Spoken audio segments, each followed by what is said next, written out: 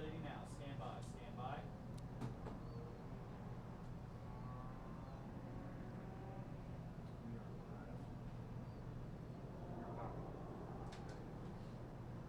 Ready? Okay, coming to Cuban in 5, 4, 3, 2, 1. Cuban. Here we are, Super Lab Battle Circuits of the America, standing in the pits. We are about to go live. So right here behind me, we have all the heavy hitters. We have Cole Powson in his Life Motorsport GTR. We're going to have Rob Parsons, the Chair Slayer, driving that too.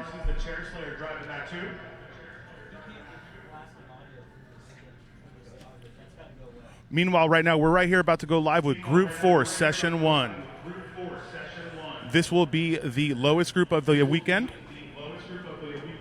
So first session of the day, we have them all out there based on speed index.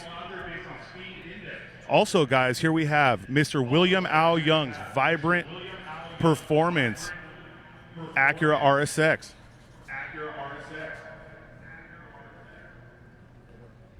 If you guys are wondering why we put all these heavy hitters in the same garage, I feel like they wanted to talk a little trash to each other. The final car in this garage I wanted you guys to see before we go live on track is the Elusive Racing Acura Integra. Anybody who has been watching Time Attack long enough knows that this team from Australia is a serious force to be reckoned with. They came out here to try and prove a point. The Aussies want to come out and show America what Time Attack is all about, so we're ready to see what they can do.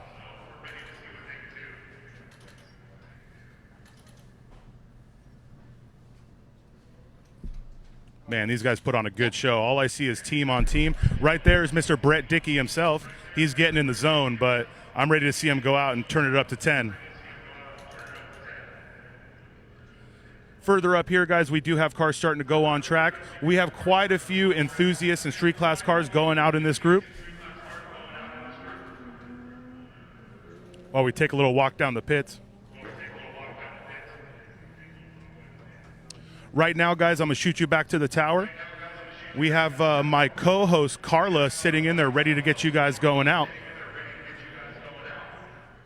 Hi, my name is Carla Postotnik. I'm here at COTA's for Super Lap Battle 2020. I'm very excited to be here.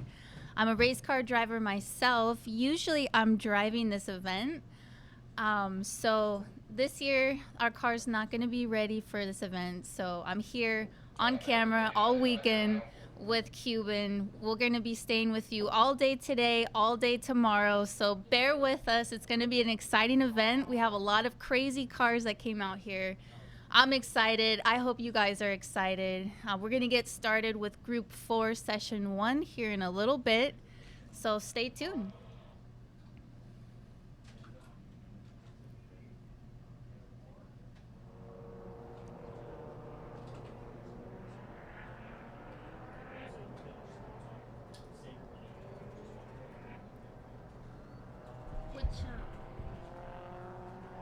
What are we looking at right now? Okay. All right, so we have a view here of the beautiful COTA facilities. Guys, this is a Formula One Grade 1 track. It's the only one in America. It's so awesome to be here. It's really a dream come true to be able to drive on this track here. Well, yeah, and I think you understand more than most. You did have the opportunity last year to drive on this track, and being in a Formula One facility is unlike anything most Yeah, I mean, it's so exciting. Most of the drivers here, it's their first time here on track, so a lot of people are going to have a big learning curve. There's a lot of turns to learn. It's not an easy track to learn right off the bat. Well, and if you talk to any pro that's raced here, they'll tell you this track has dual personalities. I was literally talking to Tom O'Gorman right before I came back to the tower, and on paper, this track looks relatively simple, but then you get out here and it's like two completely different tracks bundled into one. Your setup has to be right, the driver has to be ready, car has to be good, and I think that's something a lot of people weren't ready for year one. So to see that some of the same teams, Cole, Powelson, Ferris, R stands for Race Camaro, we have a few other teams that were here last year that did fantastic with new setups, new aero. We got Ferris has a new gearbox. And on top of that, we have people like William L. Young, who was in Japan. We have Elusive Racing, who brought their car from Australia to run this event. These guys have no data of being here, so I think it's going to be a really exciting day 1 and 2. We'll see some setup. We'll probably see lap times very, very relatively strong in the beginning, but I think we'll see them drop by the end of this day and strong into tomorrow. Yep, and this morning you can see how foggy it is. The track is very cold right now, so it's going to take at least a session or two for surface temperatures to rise a little bit to a safer level. So right now you're going to see drivers kind of just feeling out the car, shaking down, warming themselves up, warming up the track surface. This is not where you're going to get your hot lap right now.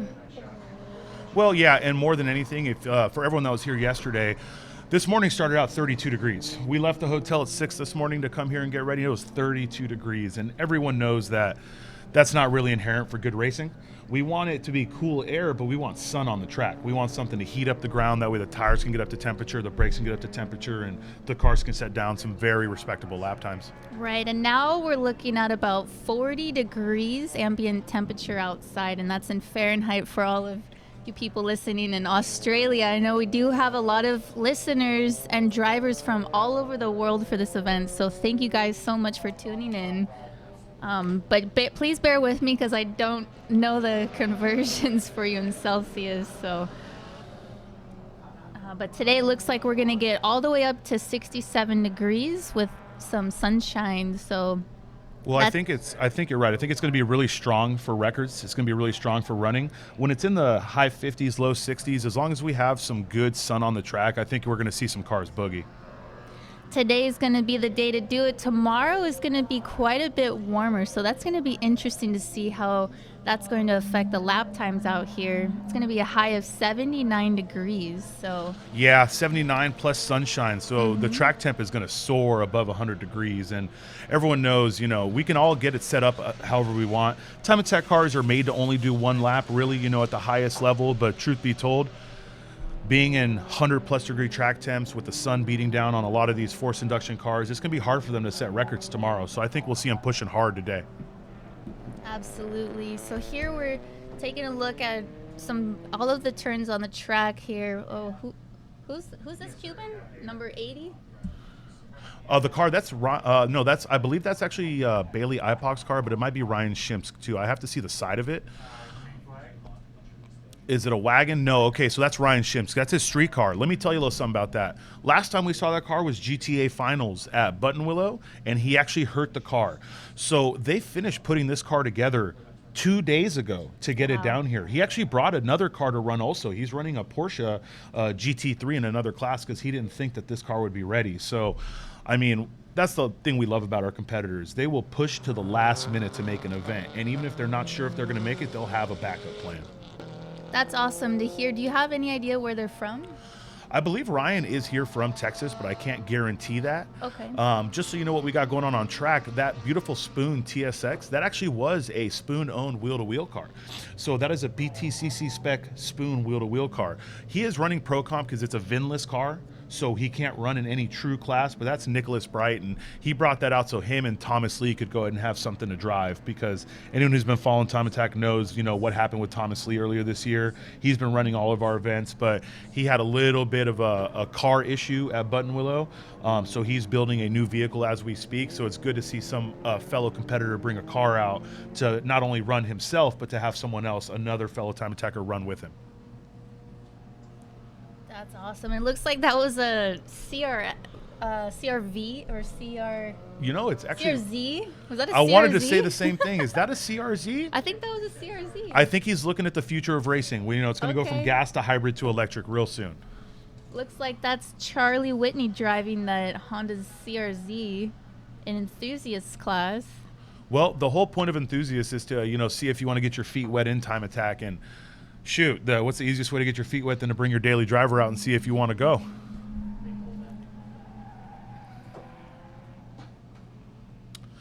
This is an interesting car. You know this car, Carla. Go ahead. Tell us what power plant's in this car. All right. I love this car particularly because if you don't know me, I'm a huge S2000 fan. This is a Rabbit, but under the hood it has an S2000 motor. I believe it's an F22, but it might be an F20. I can't remember. Hopefully, I'll be able to get that information later today. I believe it's an AP2, and it's hooked up. Okay. It's hooked up to a 4-speed dog box, and it is rear-wheel drive. So another pro comp car. This, from the outside may actually look like a Rabbit, but it's far from. This is Honda true and true right here. This car makes me so happy every time I see it on the track. It was at Button Willow GTA Finals, and I don't remember how fast it went, but it was in the low 50s for sure. So it was really cool to watch. I'm excited to see what they're going to put down this weekend. So that right there, that's actually a basically stock, I believe, ATS-V. I saw that in tech yesterday. It's just got some good wheels, good tires, and he's out there to have a good time in enthusiast class. It's crazy. GM has come out with a lot of really good cars that are going to be strong on track. We have some stock Camaro SS's. We have that ATS-V. We have quite a few very nice cars out here ready to run. So really happy that GM has made a point to continue to make performance cars where other brands have moved on to the vanilla daily drivers. Chevrolet has still made it a point to say, hey, we want our dailies to still have some power and have a good time. Yep, Chevy Power. Looks like that was going to be Thomas Thompson driving the ATS-V.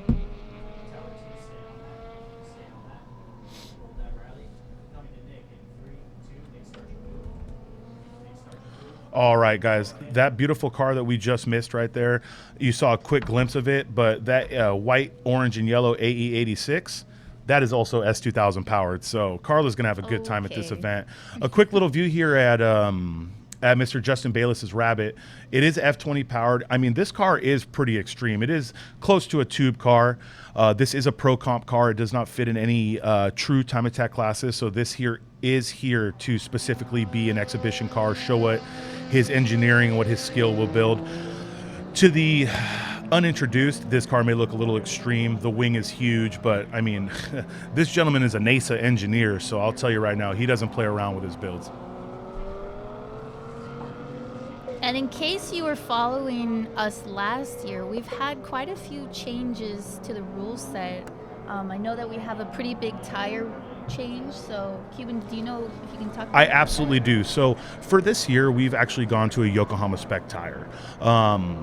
I will tell you right now how it breaks down is if you're an enthusiast class, you're not forced to run a spec tire. It's an open tire class with a 220 tread wear or higher.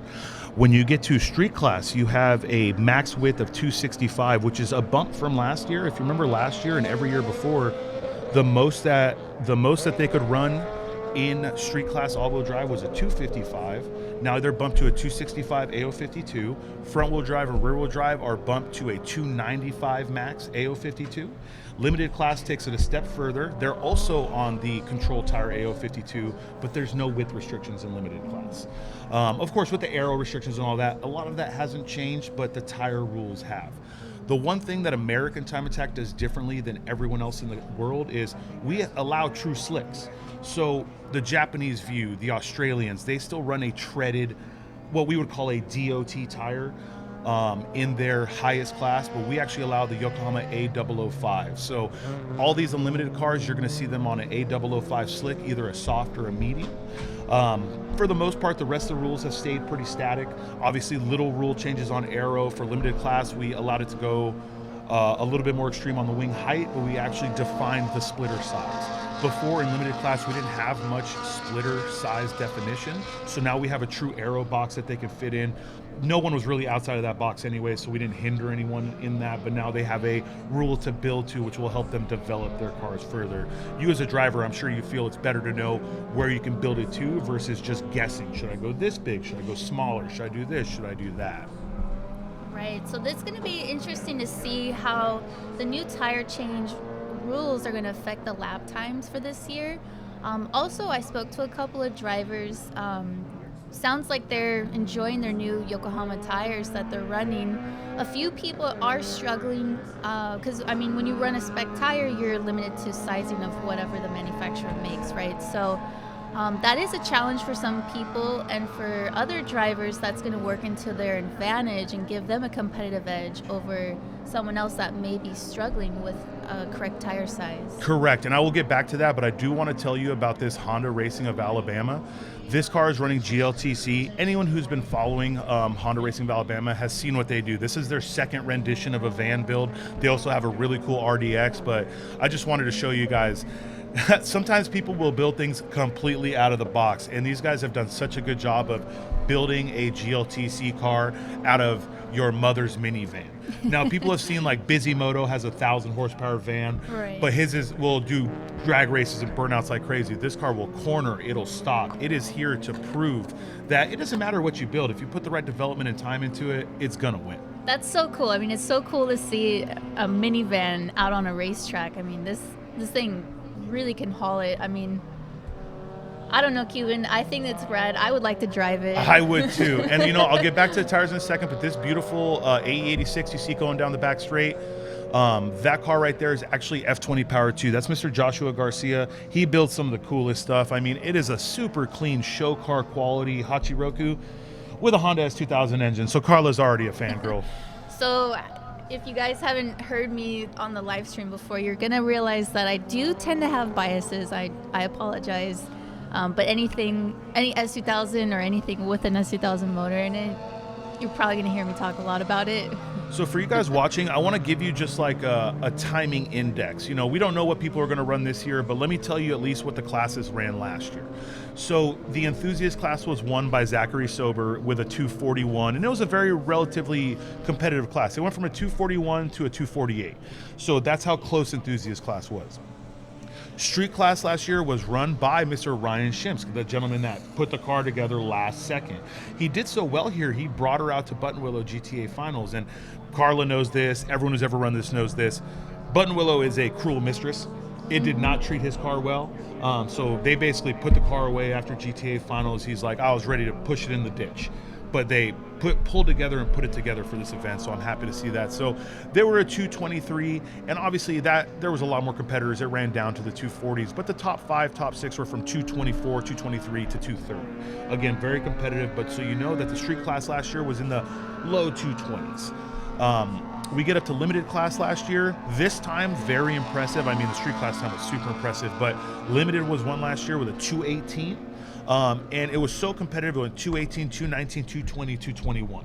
So these guys were super close together, just so you have a little speed index on what you expect out of limited class. And then unlimited, of course, Cole Powelson dropped the hammer with a 207. Fastest time ever set here with a quote-unquote production chassis car, faster than the NASA LMP car.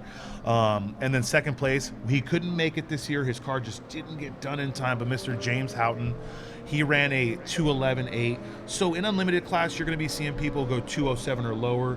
Cole and Life, I don't see them going slower than a 207. They've had a good amount of time since last year. The car did make it to World Time Attack again. Rob Parsons, the chair slayer himself, drove it with hand control super competitively. So I even see Rob having no problem trying to compete with Cole's time last year. And like Rob said, he doesn't have any grays like old man Cole, so I think he's going to wheel it good. That's awesome to hear. I mean, I'm looking forward to them resetting their own record again this year. Well, and I think the biggest competition is going to be in limited class right now. You have a car like the Elusive Racing Integra. This car is a club sprint car. That means it is a street class car in essence. So, but they come out here, their chassis is set up well. They're racing against William L. Young. They're racing against Ferris, who won limited last year. They're racing against R Stands for Race, Scott Dolehite and Jason Denton, their Camaro.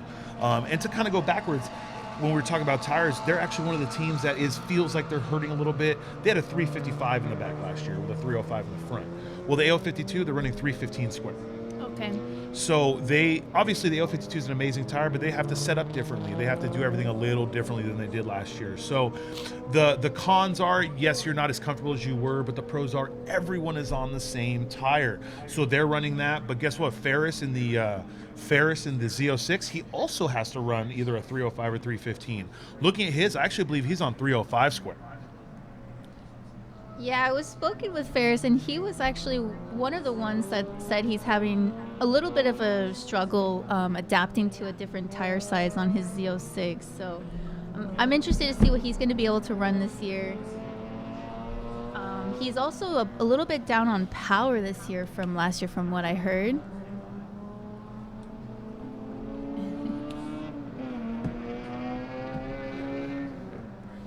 All right, guys, and this right here, all of you know, this is Jackie Ding. This is him in his beautiful version 2 A90 Supra. Anyone who's been following Jackie knows that he has no problem wheeling and dealing the car. He brought it to GTA Finals. This is the second rendition because he just got a little bit too crazy at speedring last year. I mean, talking to him, I watched the video. I don't think he did anything wrong. He just kind of stuffed it in the wall softly. So he came out stronger, built a second version of this car, ran a super respectable lap time in this car at GTA Finals. And I just expect him to push it a little harder here at Super Lap. They did a good job to try and get all the traction control issues worked out. I know you remember GTA Finals, every A90 either had a steering issue or a traction control issue or something that was hindering them. So Jackie worked with AMS and all of his sponsors to get this car really together and running well. So I can't wait to see these guys on track and see what kind of lap times they put down. Yeah, it's great to see Jackie Ding back out here. He's an amazing young driver. I know him personally from S2000 stuff, so I'm probably going to be talking about him quite a bit this weekend. But it's great seeing him push the A90. A lot of time attack A90 builds are happening right now, so that's actually really cool to see. Well, you saw, it's always a new car comes out and you wonder, are these going to turn into time attack cars? Are people going to mod them? 2018, the Type R comes out. We saw 12 of them at GTA Finals. But you know, we only saw 5 or 6 in 19. The A90 Supra, it comes out, we immediately see 7 or 10 of them at GTA Finals. I'm like, this is awesome.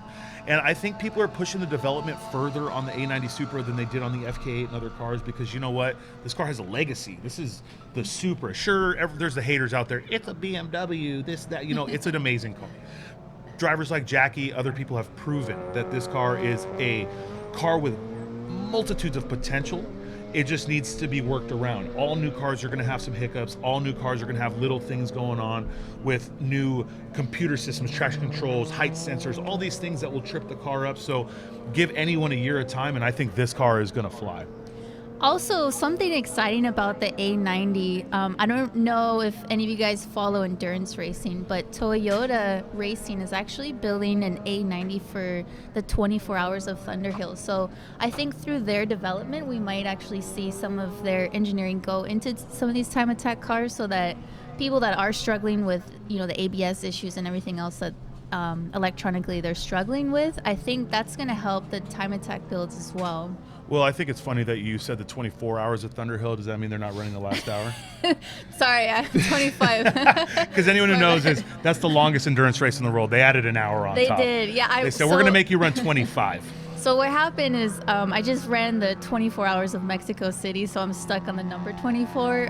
But yeah, you're right. It's actually 25 Hours of Thunderhill. She just wanted to throw out her qualifications, guys. If you guys were wondering, Carla is a professional, not just driving time attack cars, but she ran the 24 Hours of Mexico at the beautiful circuit down there with a professional team, did a great job. She's won a NASA championship.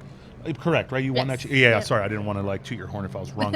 She's won NASA championship, so she has every ability to drive a vehicle. So having her in here with her professional knowledge really helps. I want you guys to look on screen. The very front right there, that right there is Elusive Racing, okay? This is the car I was talking about all the way here from Australia. They definitely are here to prove a point. Mainly to say, hey, we're in limited class because we don't fit 2 parts of the rules. We're missing a passenger seat and we have a gusseted cage, but they fit every street class rule beyond that. It's basically a street class car. I mean, you look at the aero on this car. It's a simple wing. The front splitter is tiny. I mean, you could run that in Honda Challenge. Like it's smaller than Enthusiast spec. It is. So it's amazing. This car is quick though. Quick is an understatement. I was talking to Brett Dickey, is the driver, and if you don't know him, he's a great guy, hilarious professional driver from Melbourne, Australia. The car puts down 1,000 horsepower. On setting 3, she will put 1,000 to the ground. The cool part about this car is it is so far developed. He has multiple settings he can change in the car at all times. That goes from traction settings to power settings. I believe he can make a latte in this thing at this point. So, Brett, right there, let me have one of your lattes. well, anyone that's been in Australia knows their coffee makes our coffee taste like dirt.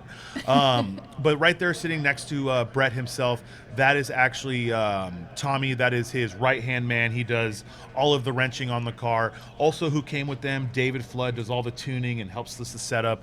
These guys may be a three-man show, and I will tell you guys, I don't care if you think they're the richest people or have all the money in the world. This is out of their pocket. They came here out of all three of their combined pockets. They wanted to bring the car. They had no support to ship it here. They paid it. They did everything. So I want you to know they came here out of love. They wanted to run this track. It is, and their exact words, bucket list. Yes, this is really cool. I mean, I gotta say, this car, I spent a lot of time with it. I actually transported it here from Southern California. So I gotta say, I've had a little bit of quality time with the car itself. I'm excited to see what Brett's gonna be able to do this weekend in it. I know all of the guys, hilarious group of young gentlemen. Really looking forward to see what they can do this weekend. Yep. Now we have beautiful cars like Dan Kroll's IAG STI. This Evo is super clean. Okay, I don't know. There's something to be said about a red Evo with red TEs. Okay, let's just. I don't know what to tell you, but Evo 9 red TEs, stock body, gorgeous. That right there is Ryan Passy. His car was not ready. The LFX V6 Camaro powered Miata couldn't make it. He was having custom hubs made. Talk to anyone trying to put a Camaro V6 in a Miata, they'll tell you there's nothing off the shelves. So, okay, so that's an S2000 that can move along. Carlo will talk about that later. Oh, no. So in case you guys just tuned in, I may be biased towards S2000s because I am a huge fan. I have two myself. That's going to be Austin Kirkpatrick. Yeah, and he's a fast driver. The car is set up really well. And for anyone just tuning in, we're now on Group 3, Session 1, okay? So we have 4 run groups. There will be 4 sessions per day with 4 run groups. So to go Group 4 down to Group 1, we do these people based on speed index. So if you see people in Group 4, they're of the lower speed index. Group 1 is going to be the fastest cars of the weekend. A lot of these guys don't have times yet. So at lunch, we'll regrid them. Carla and I will go over everything. And don't forget to stay tuned because we got GLTC races, and Carla and myself will be going back and forth in the paddock talking to these drivers. You're going to be lucky because I'm sure Carla will be out there a little bit more than me. She's got a better face than I do. Let's not lie to each other here. But I paid him to say that. Listen, guys, I told her to shave and she did, so she gets to be out there. For those of you that caught a quick glimpse of Sally McNulty's STI, her and Marcos are co-driving this car. If you guys want to keep track for today, here's how it breaks down. Sally's driving Session 1, Marcos is driving Session 2, Sally's driving Session 3, and Marcos is driving Session 4. So if you're following this car, you want to see the times and who's in it, just know based on odd sessions, it's Sally, even sessions, it's Marcos, okay?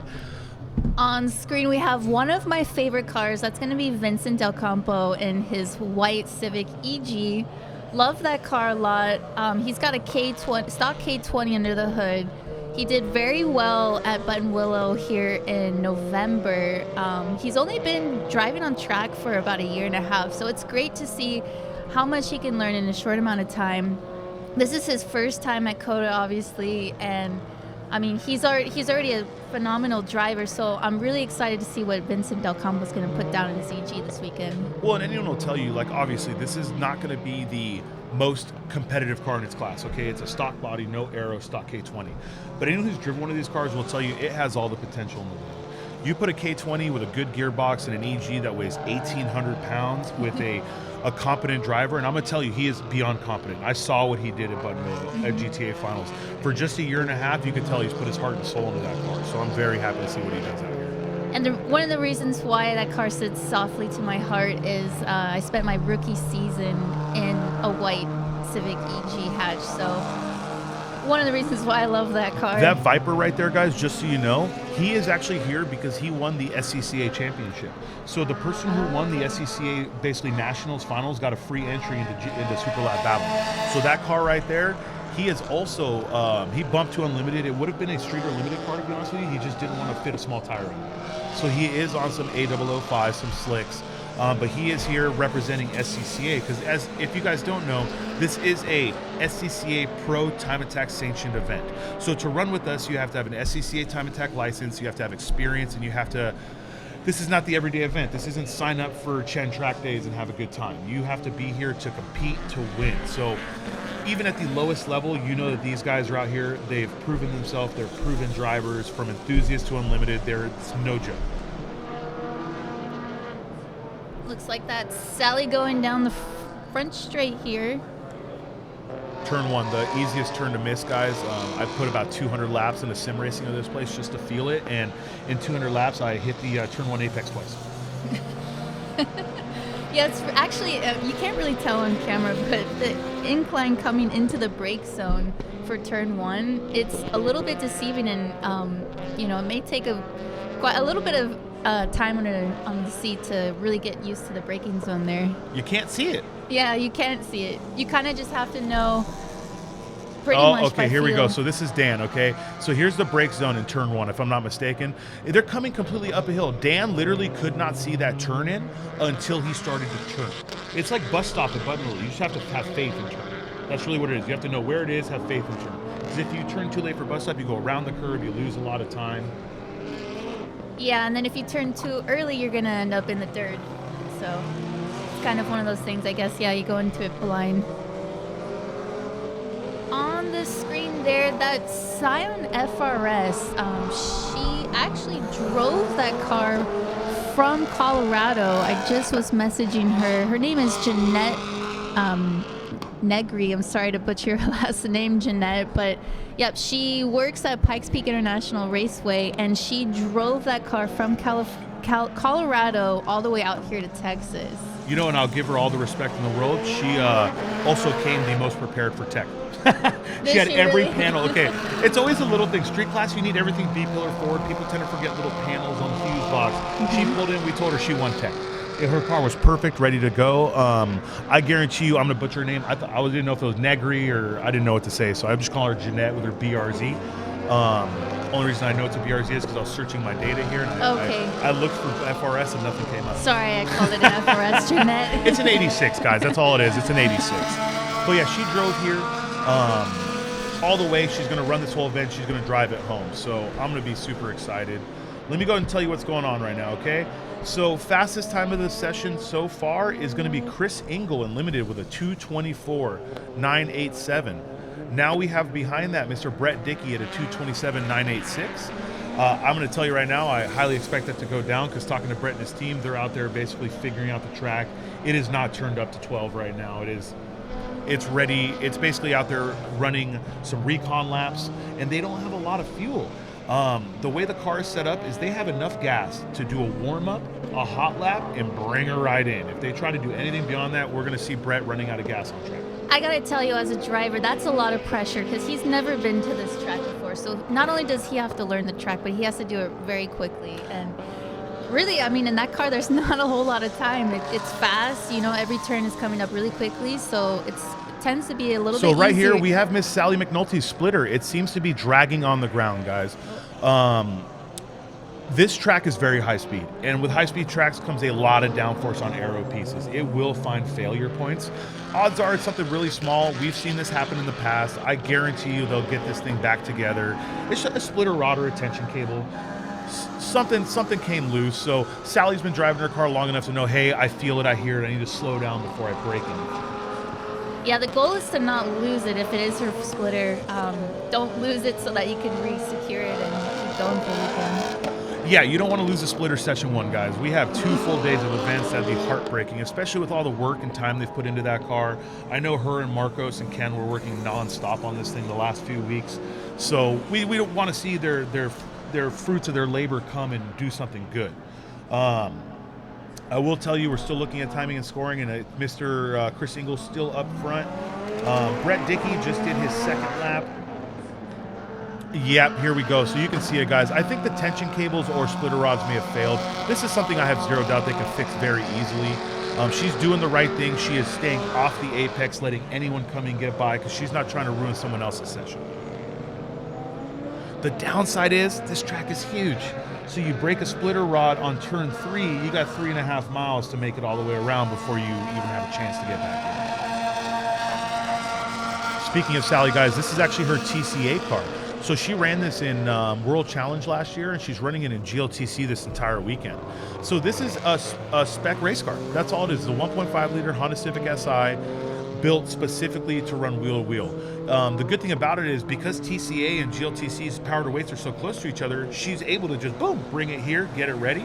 It does have matching liveries on it, as you can tell, so if you didn't know whose car it was with me telling you, you already know this is Sally's. It has her flame design, it has her stars. There's little things that Sally does that everyone knows it's her car. I don't have to tell you it is.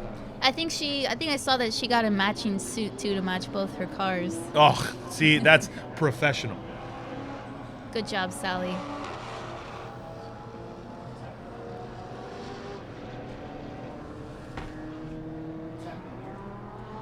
I actually don't know what's going on here. Usually you're not supposed to back through the pits unless you have a serious issue. We would rather you back through the pits than, lay oil on track or let something bad go down. So our drivers, they know what they're doing. I'm going to take a wild guess. He got up there, saw low oil pressure, or just saw something that scared him and decided, hey, I'm not going 3.5 miles around this track right now.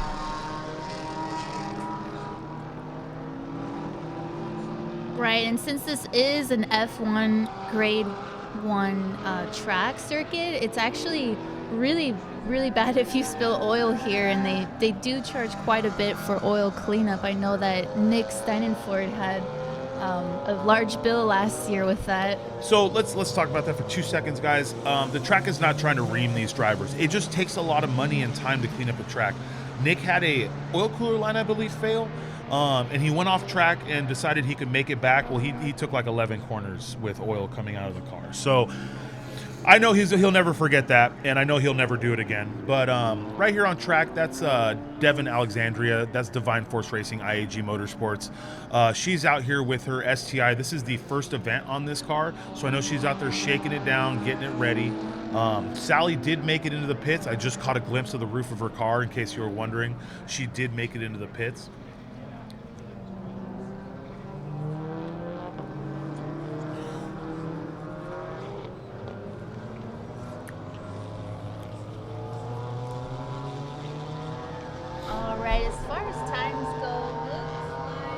Not a lot has changed. Yeah, not a lot has changed. Chris Engel, Brett Dickey did one lap. Like we said, he's going to go in, he's going to pump one out and bring it back.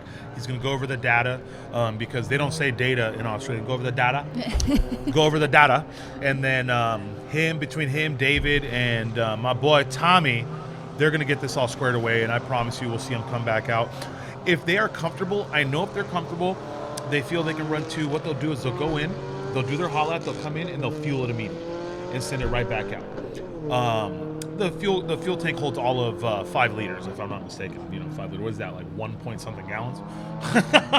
What's your MPG, Brett? Listen, it's not gonna last you very long. Not as good as that CRZ. Oh, the elusive car. Speaking of Brett, how much you want to bet he ran out of gas? I don't know yet. Luckily, he's on the radio with his team. I will tell you that on startup yesterday, this thing tried to spit an oil cooler. They had to take care of a couple lines yesterday. So good thing about this is they're in a garage with Will Al Young. They're in a garage with everybody. So whatever it is that's going on, they'll go ahead and get that taken care of. Yeah, it's kind of crazy because in case you're just tuning in, I actually transported Brett's car here from Southern California after it landed in the port of Long Beach from Australia. We had to push the car in and out. It's not something that you can just fire up and go. It takes a lot of, they have to heat up the oil, they have to heat up the water before they can start the car. So it's an extreme build. This right here, I believe this is going to be the turn onto the back straight. That is the slowest corner on the track that leads onto the longest straight. So most cars, that's a second gear corner. Looking at this thing from above, you could never tell that this has so many elevation changes, but you see how they disappear for a second, then come up and over? Anyone that's been watching Formula One will tell you that that's common. There's Brett getting yanked off. So we already know the car's not losing any oil. If it was, they wouldn't just pull him off. So it could be something silly, ran out of gas, the gauge showed low oil pressure. I will tell you, they didn't come all the way from Australia unprepared. If you walk in their garage, there's a spare engine sitting next to the car. Yes, there is. They have pretty much everything shy of their dog box in spares. Correct. And you know what? And they stole all the tools from my shop. If you actually look at their toolbox, that's my shop's traveling box. So I love these boys, but when I showed up at work the next day and realized everything was missing, I was like, wait a second. They use a battery to use an electric fuel pump to get fuel out of the 55-gallon drum. And on Thursday, I was looking at my battery display, and I was like, I am missing a battery. Guess where it is? It's here. It's in their garage. It's here in Texas. There's Mr. Vincent Del Campo, guys. I spoke with him a little bit earlier today. Didn't really talk much about the track. He was just hyped to be here. You know, he came up to me, shook my hand. I could see it in his face. Sure. He's like, hey, Cuban, good to see you again. Let's have a great day. And any driver, you know, they're pumped to be here. They're excited.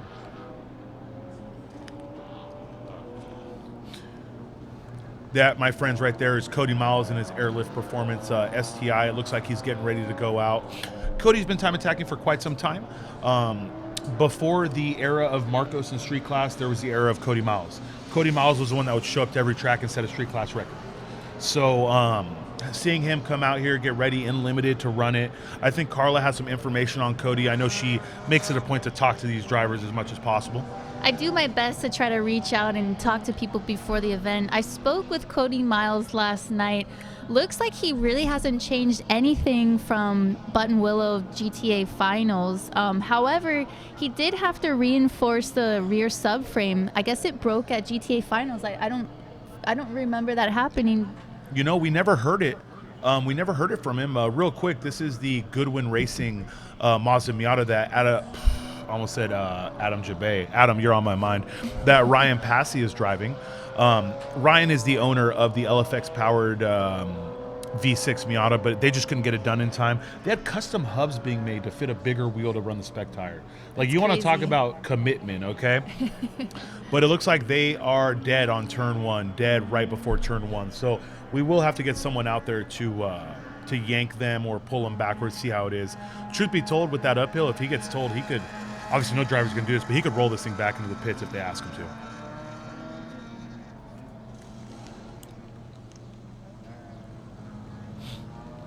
Here we have it, folks. This is the Godzilla of our event. Life Motorsports R35 GTR. For those of you that don't know, please get out from under your rock. This is probably one of the most insane builds in North America. There are a few cars that I can go down a list when I talk about North American time attack. One of them is to the right of him, William Al Young. His Civic, especially his new build, as the old one, also had a small issue at Road America. But Cole won this event last year. Cole is ready to come out and do it again. I'm ready to see Mr. Parsons, Chair Slayer, go out there and kill it. I was talking to him. It's funny. He said the same thing I always say. I made the joke. I was like, yeah, man, turn one, you'll miss the apex. He's like, no, that's every event I go to. I'm wide open throttle, and then I just miss turn one.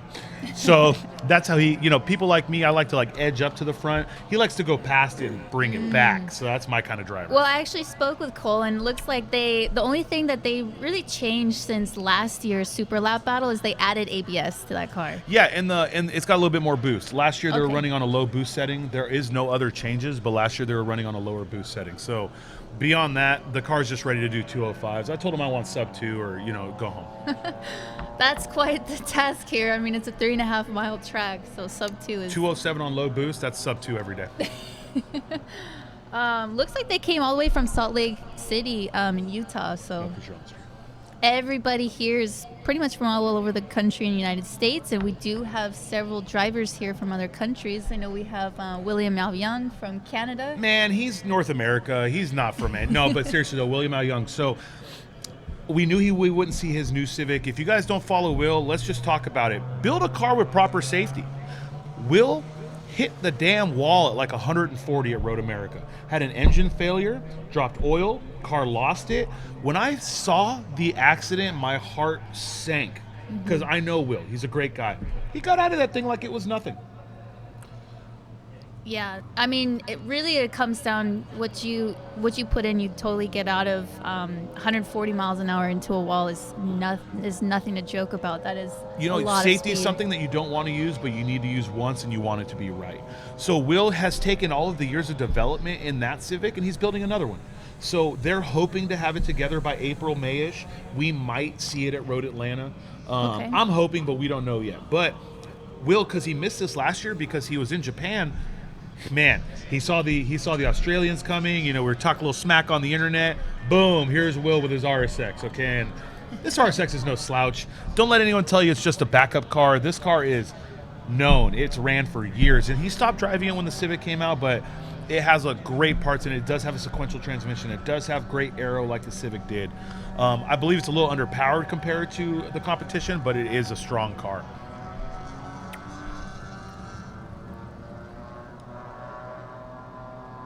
All right, so if you guys didn't know, they have a really cool go-kart track here at COTA. I've never been able to go on it myself, but I know a lot of people that have, and this thing it's rad.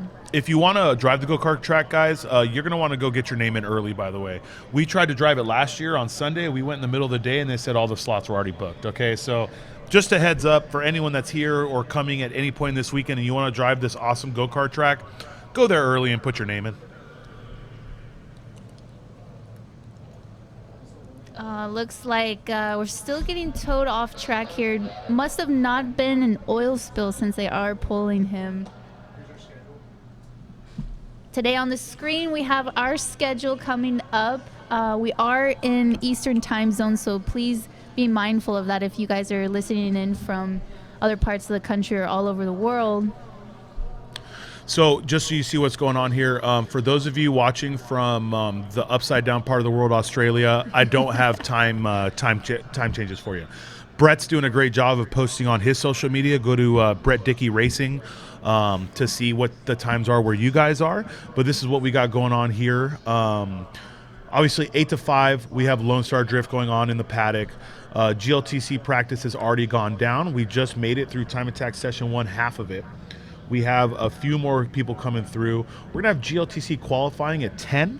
So from 10 to 10:20, we will have Mr. Tom O'Gorman and Adam Jabay in here talking to you guys about GLTC. Tom O'Gorman obviously being a driver. Adam Jabay, he built the series. He knows all the technical. He knows all the rules. And, I mean, he's a great guy. So he's definitely someone you want to listen to about GLTC. Then we'll go back into our Time Attack sessions from 10:25 to noon. From 11 a.m. to 5 p.m. here in the pits, we will also have a car show going on. So anyone listening out there, the car show will be here from 11 on. And for all you guys out there watching us, be sure to know that this is just the morning schedule, okay? Afternoon, we will be at lunch. I will see if I can, we'll go to lunch for an hour, then we'll be back. So just be ready for all the good stuff we have going on here. This live stream will be going for almost all the day. This is a little bit more than last year. We got GLTC going on. We got plenty of things going on for you. I think Carla can let you know exactly when lunch is right here and break it down for you. Yeah, it looks like we're going to take a lunch break at 12 p.m. for about an hour. So Q and I will finally get to take a little bit of a break, but you're going to be listening to us all the way up until 5 p.m. tonight. So lots of great stuff going on today. We have a lot of really cool things happening here at Super Lap Battle. I know we're paying attention to the Time Attack mostly in the GLTC race.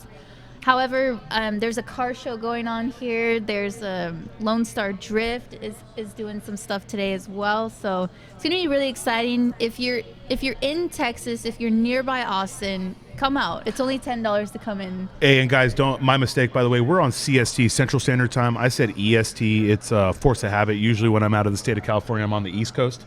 Okay. So it is Central. I think I made that same mistake. You know what? Too. I'm taking the blame. Shh. So we are in Central Standard Time. I want to give a shout out to everyone listening from all of our home states. I also want to give a shout out to my dog Yuki, who is listening right now. Okay. The person babysitting for me said she's sitting there listening to me talk. So Yuki, I love you. That's a good doggy daddy right there. Tomorrow looks like we're going to start early in the morning. We have the first event is going to be a GLTC race starting bright and early at 8 a.m. And we're going all the way till 5 p.m. again tomorrow. And be sure to tune in for the awards ceremony at 5:30 p.m. tomorrow, Sunday. Last year it was a lot of fun. We actually had Cole Powelson drink champagne. He did a shoey and did not get a staph infection. That's exciting. It's a little bit on the gross side, but hey, if you take the overall fastest time of the day, good for you, Cole. Drink champagne out of your shoe.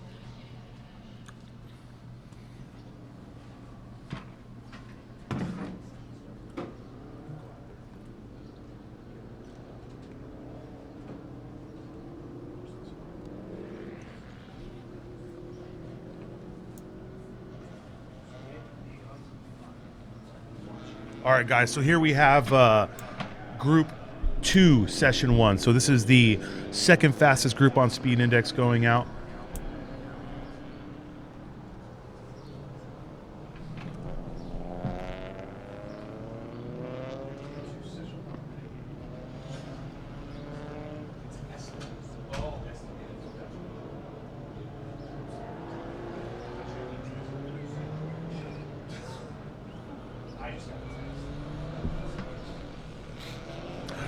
All right, guys, so that was Justin Bayless going out right there. Sorry, I was just trying to get some things taken care of.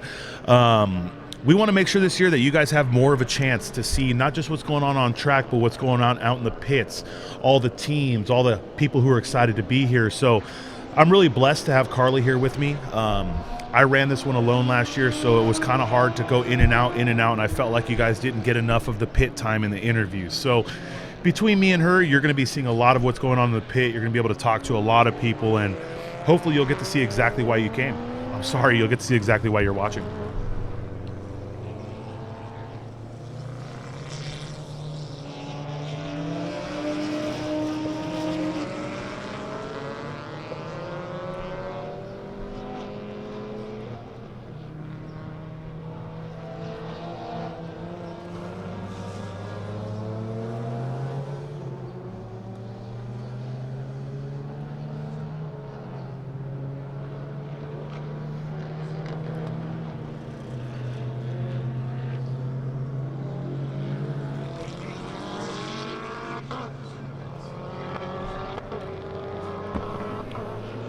Hey, Nate, we appreciate you. We know we're not on Eastern time. The EST actually stood for estimated. So I'd appreciate it if you understood. Just messing with you guys.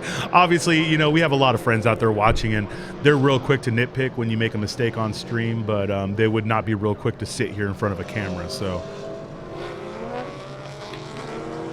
ooh, that's Justin Bayless, guys. This is a warm-up lap, and he's already pushing it right there. He almost basically locked it up.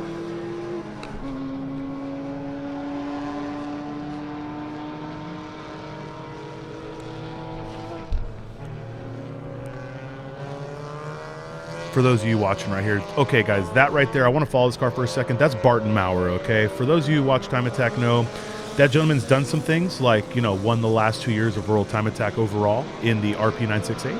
He was super excited when he met JD and all the Time Attack guys out in Australia. He said, hey, I'm booking my ticket. And, you know, let's be honest with each other here, guys. When someone tells you, hey, I'll be there, in your head, you know, you're like, hey, awesome, but you don't think they're going to show up. Man, did he email us and follow up and go, hey, okay, tickets are booked. Boom. Then he hit us up a couple weeks ago. Hey, I'm going to go a week early. I'm going to be part of the Indy race test. I'm going to watch.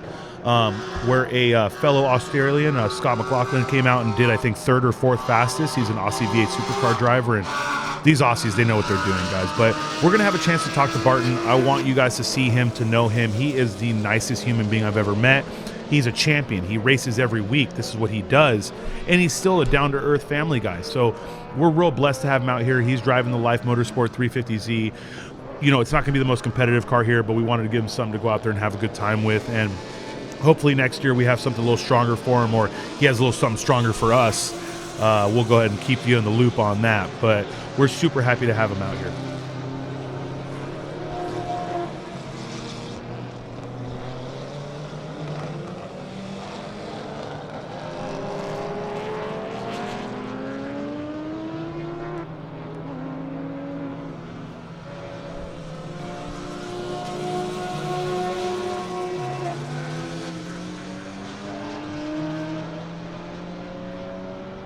For those of you wondering, you're going to see that Z in 2 different run groups just for today, okay? We're actually really lucky. So we have 2 celebrities here, guys. We have Barton Maurer out there in, you know, the championship winning, World Time Attack winning driver. But in Group 4, you'll see the Z running again. Aaron Kaufman is going to be driving the Z also, okay? Aaron Kaufman from Gas Monkey Garage, formerly from Gas Monkey Garage, doing his own thing. He's raced Pikes Peak in his race car. This man is no stranger to the racetrack. He has driven the Sierra cars out there for Cole Life Motorsports. So we're really blessed to have Aaron Kaufman out here, also about to be driving the Z in Group 4. So keep an eye out, Group 4, Session 2.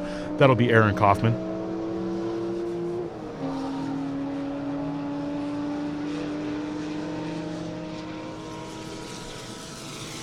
There we have JC Monet guys going down the front straight. Let's take a look at what the times are here. So JC with the first time lap, he's at a 2:28, but Ryan Shimsk is at a 2:24 in his street class car. So JC Monet, limited class, running a 2:28. He's still trying to get used to these tires, obviously, but right behind him is Ryan Shimsk with a 2:24, just pushing his car to the limit. Cody Miles also with a 2:24, but about 0.3 slower. So we have Ryan at a 2:24.597 and Cody Miles at a 2:24.838.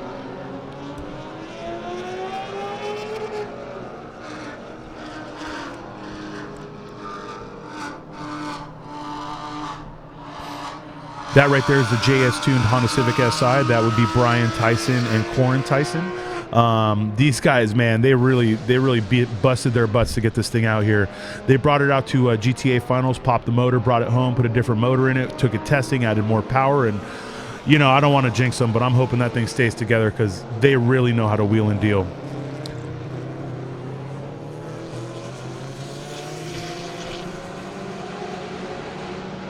All right, guys, I'm here in the pits with the Elusive team from Australia. As we saw earlier, they got towed in. What's going on with the car? Broke the gearbox.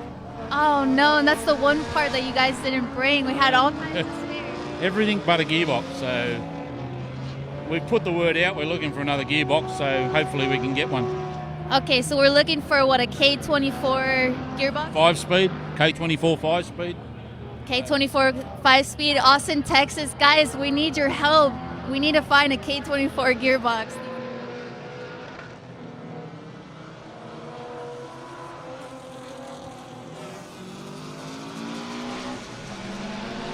All right, guys, and that was Carla with the Elusive team right there.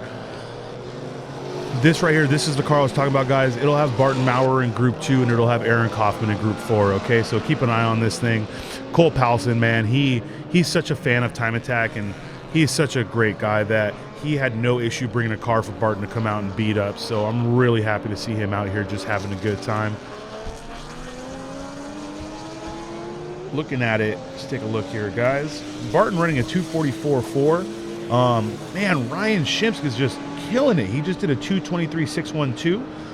JC obviously took 4 seconds off his lap to get a 2:24.7, right there, a 10th off of Ryan. But as you can see, Ryan's actually chasing JC down. So I feel like Ryan is the kind of driver that when he's chasing someone down, he really takes tenths off. He's doing a great job out there right now.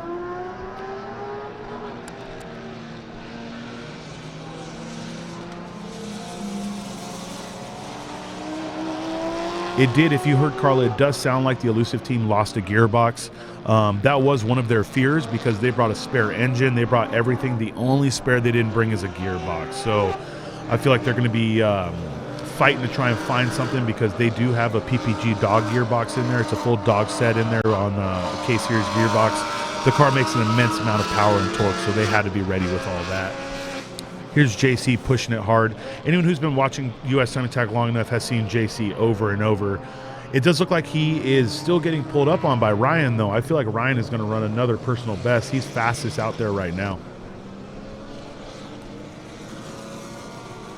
I love the back straight. They call it a flat, but as you can tell, you go down, come up, and over. They're going to try and stay more towards the middle. If you do the F1 line, you're going to be basically driving towards the middle of the track because the right side is going to fall away from you.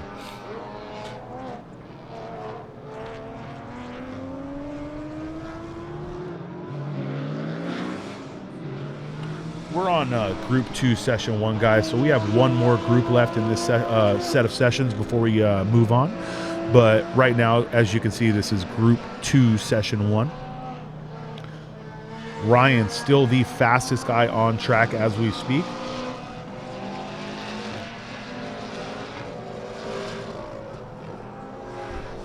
JC Monet and Cody Miles are within 500ths of each other, guys. So they're both in limited, so they're fighting each other for actual class time. Seeing JC and Cody Miles so close to each other just shows how competitive this is. Ryan, on the other hand, is just leaps and bounds ahead right now. 2:23 in street class. He's doing a great job. He won this event in street class last year, so I definitely see him being a competitor for the podium again. We are sad to see people like Amir could not bring out his NSX. He was testing it. He heard something that didn't sound good, and obviously we don't want him towing all the way out here and then hurting the motor on it. But he would have been a competitor out there, K-Series Turbo NSX. We're sad not to see him. This is the Goodwin Racing Miata that Ryan Passy is driving.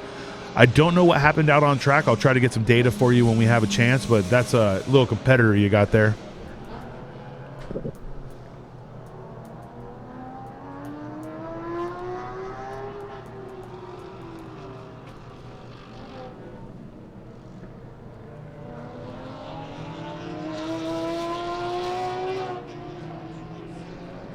For those of you wondering on the JST performance car, this is Corn out driving right now.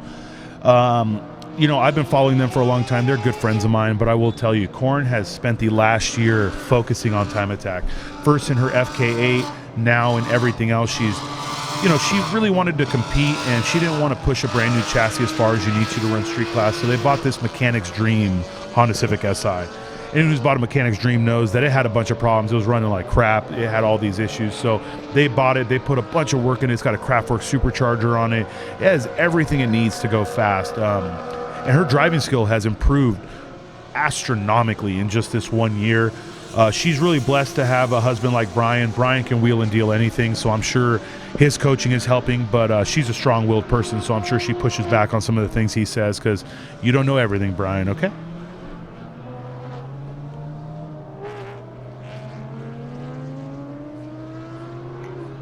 Oh, man, so for those of you out there watching, I made a joke about my puppers, but I just got a video of my dog watching the live stream, just listening to me talk, so this is a beautiful day.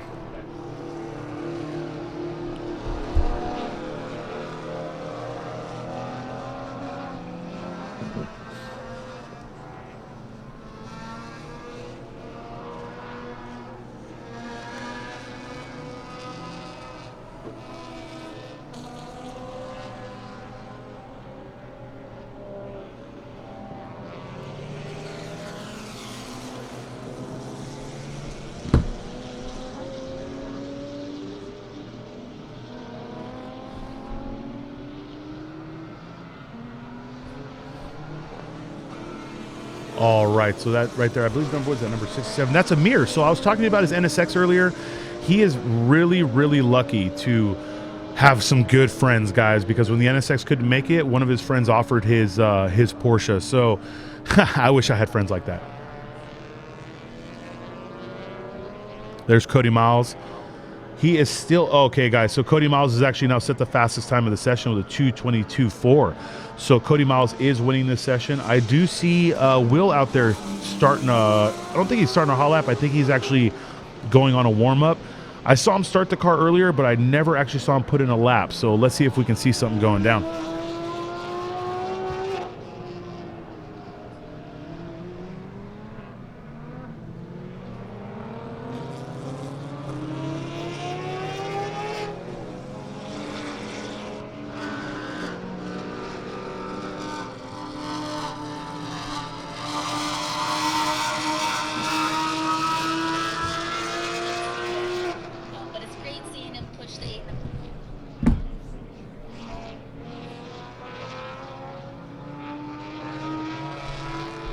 Listen, guys, this Porsche may not be a time attack car, but I will tell you, Amir, he can drive anything. So having him out here running this car is fantastic.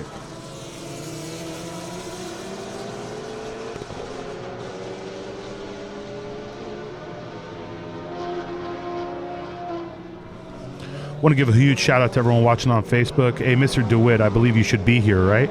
Ha. But to all you guys out there tagging me, saying what's up, it's great to have you out there. Everyone on YouTube. YouTube's probably the hardest thing to follow comments on, guys. Y'all are fast. But huge shout to Sean Cagel. Huge shout to everyone out here watching us. Thanks for watching what we love to do. And we got 2 full days of this. So right now, for those of you wondering, we don't actually send them out by class. We send them out by speed index. So for the most part, you're going to see cars out there of the same class, but there will be times where we have mixes of street and limited, limited and unlimited, enthusiast and street. It's all based on speed index.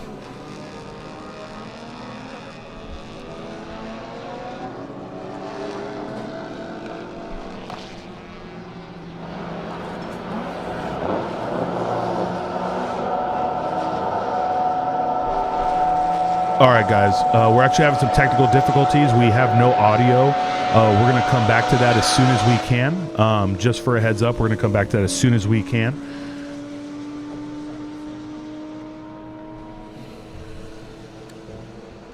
So just a heads up, guys.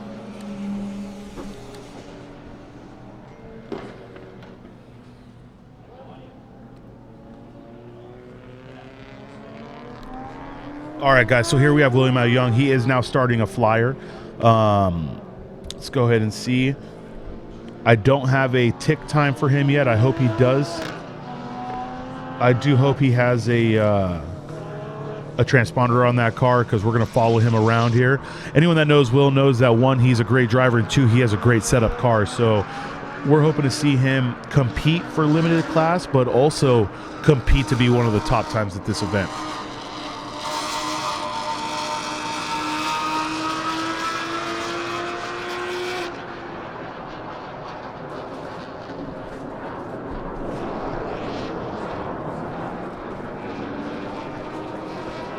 Oh my goodness.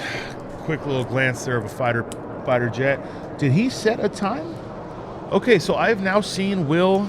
Oh no, he's going down the back straight. Sorry, I thought I saw him back up the straight. So I don't know what kind of top speeds Will's going to run down the back straight. His car obviously has great power, but he's got a lot of arrows. So when I get a chance, I'll talk to him, see what's going to that.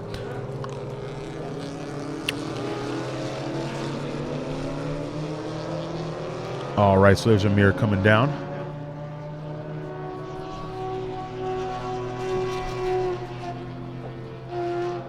All right, we lost sound for a little bit. Let's try this again. I found the owner of Grid Life. So, Chris, tell me a little bit about Grid Life and why you guys are here.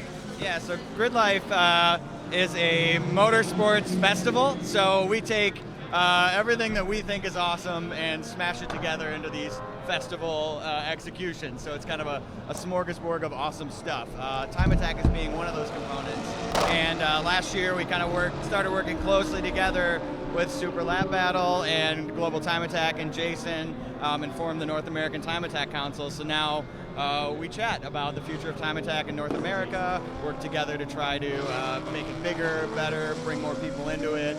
And here this weekend, as kind of the next step of that collaboration, we're bringing our Grid Life Touring Cup, and that's what's running here at Super Lap Battle. So that's our wheel-to-wheel series. Again, in the spirit of all things automotive awesome, we've got, wheel-to-wheel racing and time attack and driving school, but that's what's here this weekend. And Adam can get into the technical details of what that is. Yeah, GLTC is about a 12.5 to 1 power to weight, and it's sort of a time attack style wheel-to-wheel class, which is a little bit different than other organizations. You can put a different engine in your car from some other manufacturer, etc. And tire choices vary. Real good tires have to be heavier than lighter tires, or 200 treadwear tires, and 200 treadwear tires can be wider. It's different choices in aero, etc. So it's a little bit more of a build-focused class. And trying to have an even parity between a lot of different cars. And how long are the races? They're short. They're kind of a super sprint style, and 15 minutes flag to flag. So you get all the fun of the start lap and all the fun of the checker flag lap. Awesome. Thank you so much, guys, for coming out here. All right, guys, so here we are back to Barton Maurer. Like I said, we wanted to give him a car we could go out here, he could experience COTA, he could push the limits as far and as long as he wants. So this is Group 2, so I believe this is Barton out there. If you see Aaron Kaufman's name on timing and scoring, he's actually going to be running Group 4. So right now we have Mr. Maurer, and I'll make sure when I have a chance out there to get a couple interviews, talk to him. I want to talk to him both days. I really want you guys to meet this guy. He's a competitor, but he is the nicest human being on the planet. He has no ego. He's super cool. I will tell you now, though, I have a time on William L. Young. He ran a 2:27.849. That is his fastest time. So it looks like he got that on his on one of his laps. I don't know if my timing and scoring is a little off. It shows he did 5 laps. But no, you know what? That's never mind. So yeah, he's done 1 lap. He did 1 lap at a 2:27. We have the fastest time is still Cody Miles at a 2:21.821. So that's just so you have something to look at each other. That's unlimited time right there. So Will is about 6 seconds off Cody Miles. Looks like we have JC Monet about 3 seconds off.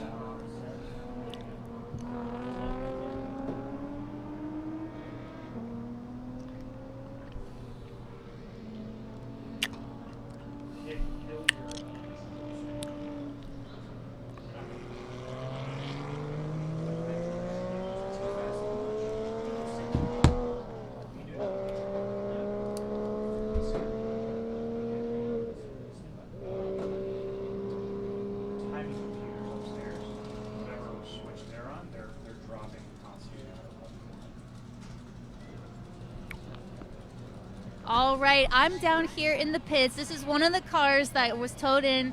Ryan, can you tell us what happened with the car? Yeah, and unfortunately, just coming right out of the last turn and down the straight, third gear, full throttle, and we just lost drive. Lots of noises. Something in the drivetrain isn't happy. We're going to get the transmission out and figure out what's wrong. And we've got spares, so I think we'll get back in it. It's just going to take a little bit of time. Okay, well, if it makes you feel any better, you're not the only one struggling with gearbox issues this morning. So as long as you guys have spares, I know you'll get back out there. What else you got going on with the car? Yeah, this is basically our budget build. I mean, it's like showing people how much fun you can have with an NC for not that much money spent. Blackbird Fabworks Aero on it, all the safeties from Blackbird. We've got zero limit tuning, put a Fab 9 turbo kit on it. But it's a Goodwin Racing project car. Awesome. So we also have Modi here. He's an amazing fabricator. Modi, can you tell us a little bit about the work that you're doing on this car? Yeah, so this car specifically, we kind of did our annual pilgrimage to Texas to build some aero in the Airbnb driveway, as we usually do, apparently. Most of the stuff is pretty straightforward, nothing too fancy. It's a street class car. You've seen some of the unlimited cars that we do, so a lot more, sophisticated aero. This one, we kind of took the blunt tool approach. Big splitter as much as the rules would allow, the wing as much as the rule would allow, and just trying to make the most out of a very simple setup, which really gets you most of the way there. Simplicity is key. Modi, Ryan, thank you so much. Can't wait to see you guys back out there, and hopefully have a great weekend. Thank you. Thanks, guys. All good? Yes, thank you so much. All right, guys. So here's a beautiful shot of Circuits of the America as a whole. We have one more time attack session before the GLTC qualifying. So this is going to be Group 1, Session 1, guys. Group 1, Session 1. These will be the fastest cars on track.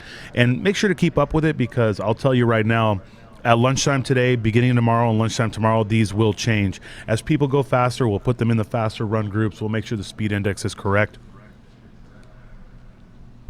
That's the paddock right there of COTA, guys. If you've never been here before, in the background you can actually see the go-kart track. It looks like a real track, but their go-kart track is no joke. So as these guys are getting ready to go out, I think it'd be good to check out this event. If you're here right now, remember, you can go in the garages, you can talk to the drivers. Lone Star Drift is going on. We have the car show going, I believe, at 11 a.m., so that'll be coming up soon. So don't hesitate to just walk around, talk to people, get to know everybody. That's the difference between time attack and a lot of other sports. We're not keeping you away from the drivers. We're not making you stand away from the cars. We're going to make sure that you have a chance to go out there and talk and see everybody.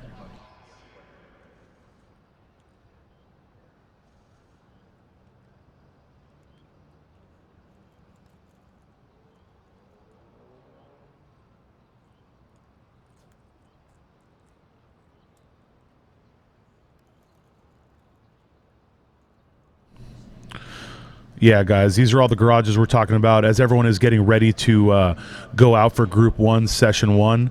We're lucky enough to have plenty of cameras out there, and I have a fantastic pit reporter, so as soon as they're ready to give you an interview, I'm sure Amir is going to complain about his NSX not being here, so go ahead and get ready for that.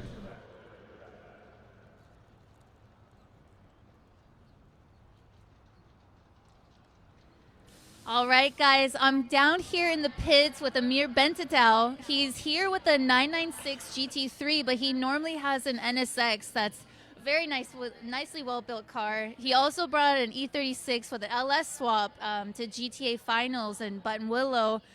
Amir, why do you have this 996? And tell us a little bit about the car. So normally I drive a K20 swapped NSX. Unfortunately, we were testing it last Sunday, ran into a few issues and decided to bring it halfway across the country without fixing those issues and testing them first would be unwise. And luckily my good friend Scott was kind enough to let me drive his GT3, which is a very, very good friend. That's a great friend. Very good friend. His truck, his trailer, and his car. He was like, yeah, just take it all. So I can't really complain. I wanted to support the event. It's a super, super cool venue. My first time ever driving this track was just now, and yeah, absolutely loved it. It's unreal to be on an F1 track. And if you hear a really loud Porsche going down the front straight where you can't hear your thoughts or what you're saying to someone else, that's definitely going to be Amir, so you can find this guy and thank him. We are enjoying the sound of this GT3, so good luck this weekend. It's great to see you out here at COTA. Awesome. Thank you so much, and thank you everyone watching.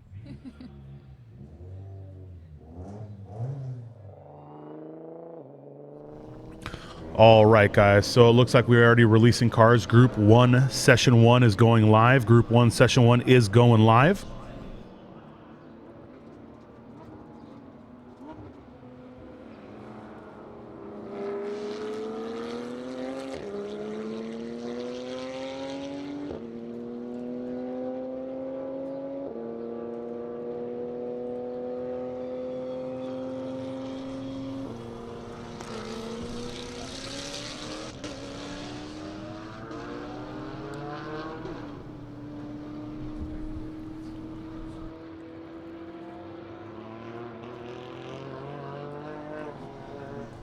All right, guys, on camera, even though he doesn't know we're watching him, that is Mr. Parsons himself, the chair slayer, looking at his phone.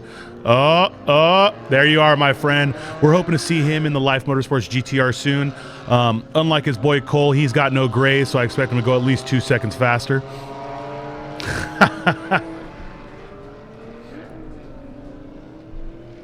This is the car I'm talking about, guys. This is Cole Palston out in the Life Motorsport GTR.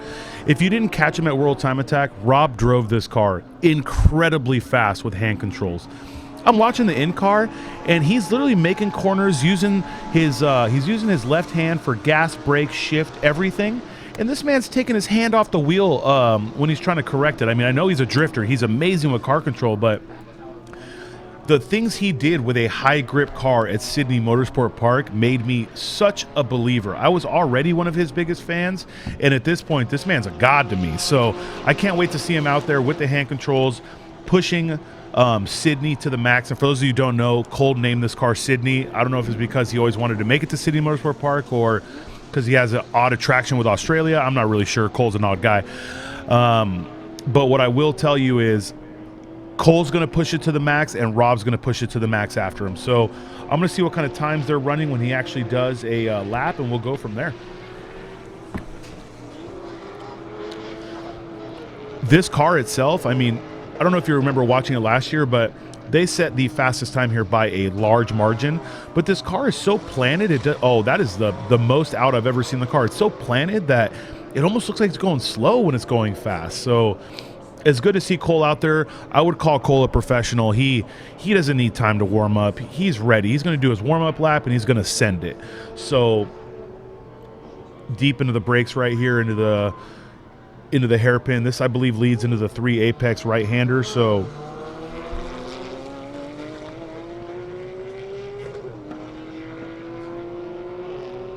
car looking very planted.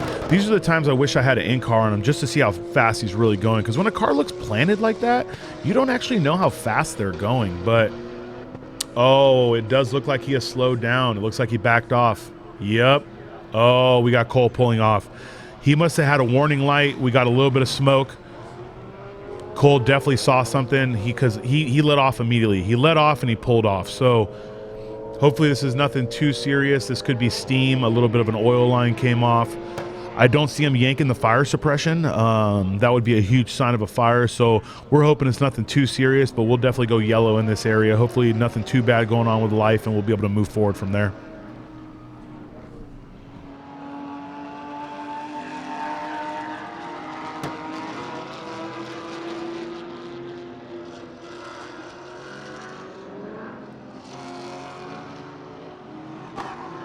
You know, guys, it does look like he's okay. I don't see steam or smoke coming out anymore. He's definitely going to get towed out, but like I said, this is the heaviest hitter at the event. We don't want to see him go out on day one.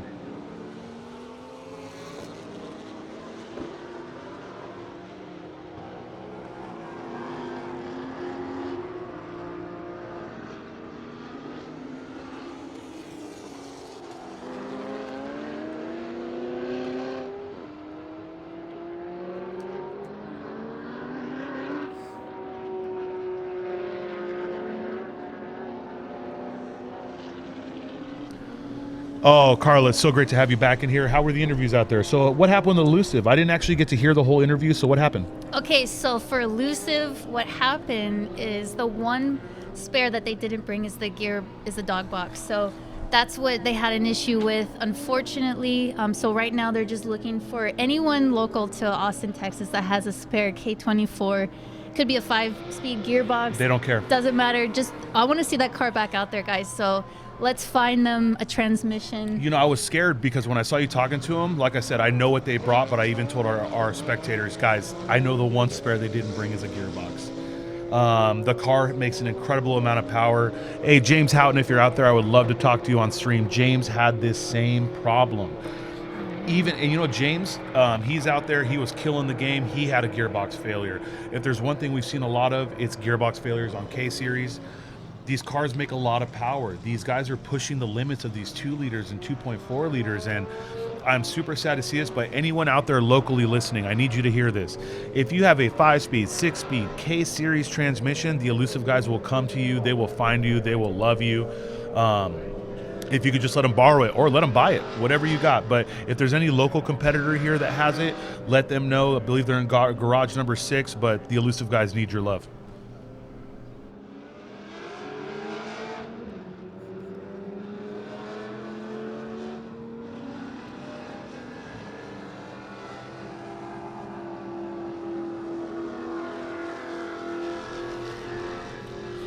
All right, guys, that's another beautiful Porsche GT3. I don't think that's an RS. It is an RS. I'm an idiot. Look at the fenders. Maybe if I open my eyes before opening my mouth, I would know what I'm talking about. But why would you want to do that? Oh, my goodness. So let's take a look at the schedule, guys, just so you know. I believe it's Group 1, Session 1 from 9:35 to 9:55. So we got another 12 minutes on this one. And then we'll go ahead and go to GLTC qualifying. Luckily for you guys, you'll have some professionals out there, professionals in here talking about that. No matter how much me and Carla love to do this, and we would love to commentate that event, I want somebody in here who knows the drivers, knows the rules, knows everything about it, so you guys are as informed as possible and so their event runs smoothly.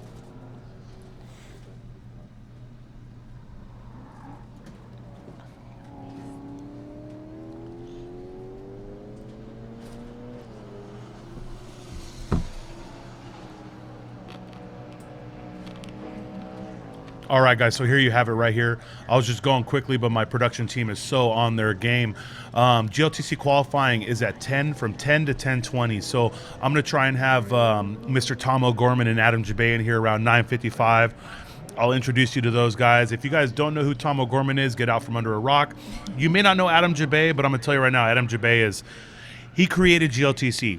He's one of the faces behind Grid Life in general, and I mean, I've had the chance to talk to him. I'll be honest with you, I've never met him in person. I've talked to him on the internet. He seems like a really nice guy. He gives us all the love on our streams, and I've seen him on his streams. So it's really nice to deal with other professionals and see what they're doing. So can't wait to have him in here. Can't wait for you guys to listen to what they have to say. For those of you wondering, there are 4 GLTC races. Qualifying today, 1 race today, 3 races tomorrow. So you're going to see 4 total races of wheel-to-wheel, and that's a really nice flatbed. Okay, so I was in the pits walking back when this happened, and if you guys are just tuning in, can you give me a quick cliff notes of what happened to Life Motorsports? I don't know.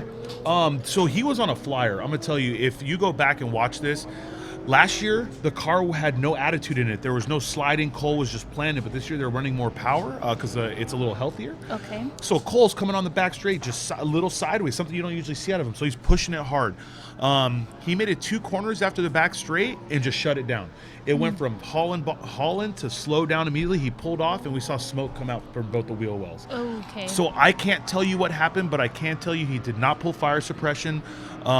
It seemed to have put itself out. Hopefully something silly like oil line. The way he stopped leads me to believe that he saw something on a gauge where his Motec dash said emergency, and he just completely pulled off of it. And looks like they're towing him in, so likely a fluid leak. Yeah, exactly. And I mean, COTA as a facility has some amazing stuff going on. I mean, that tow truck, if you have the ability to put a car like the Life Motorsport GTR on your flatbed, well, you know what we don't have? We don't have it goes flat. Sorry, guys, I was about to talk something, but you see how it goes flat on the edge right there? Yeah, that is a nice tow truck. I gotta say, I own a transportation company, and that I give mad props to that. Have you seen the Japanese tow trucks where the actual bed comes off and goes to the floor? Yes. Okay, so I'd Those kill are for cool. one of those. Yeah, I would too. At least this angle gives you a little shot. Remember I told you turn 1 is blind? You still can't see the elevation on here, but when you're in your car, you still don't even see turn 1 when you hit the end of the blend line. That's true. Yeah, you really can't even see the apex until you're literally right there. It's just utterly incredible. We have, I want to say, 9 minutes left in our session. The downside is when they're towing a competitor off, it's yellow in that section. So there's no way that they're going to run a fast lap at that time. So anyone out there is doing recon laps, just trying to feel it out, seeing where they can improve.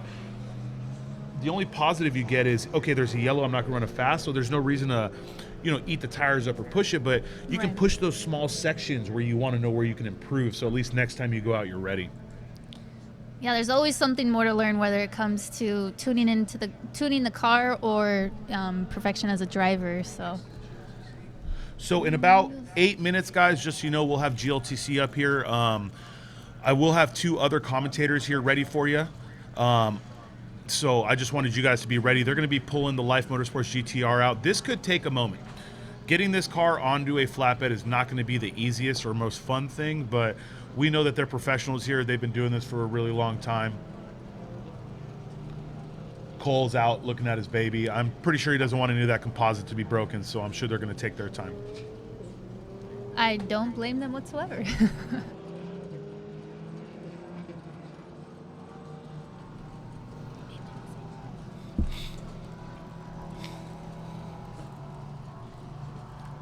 So for those of you wondering, guys, while we're going over this is still the first session of the day, okay?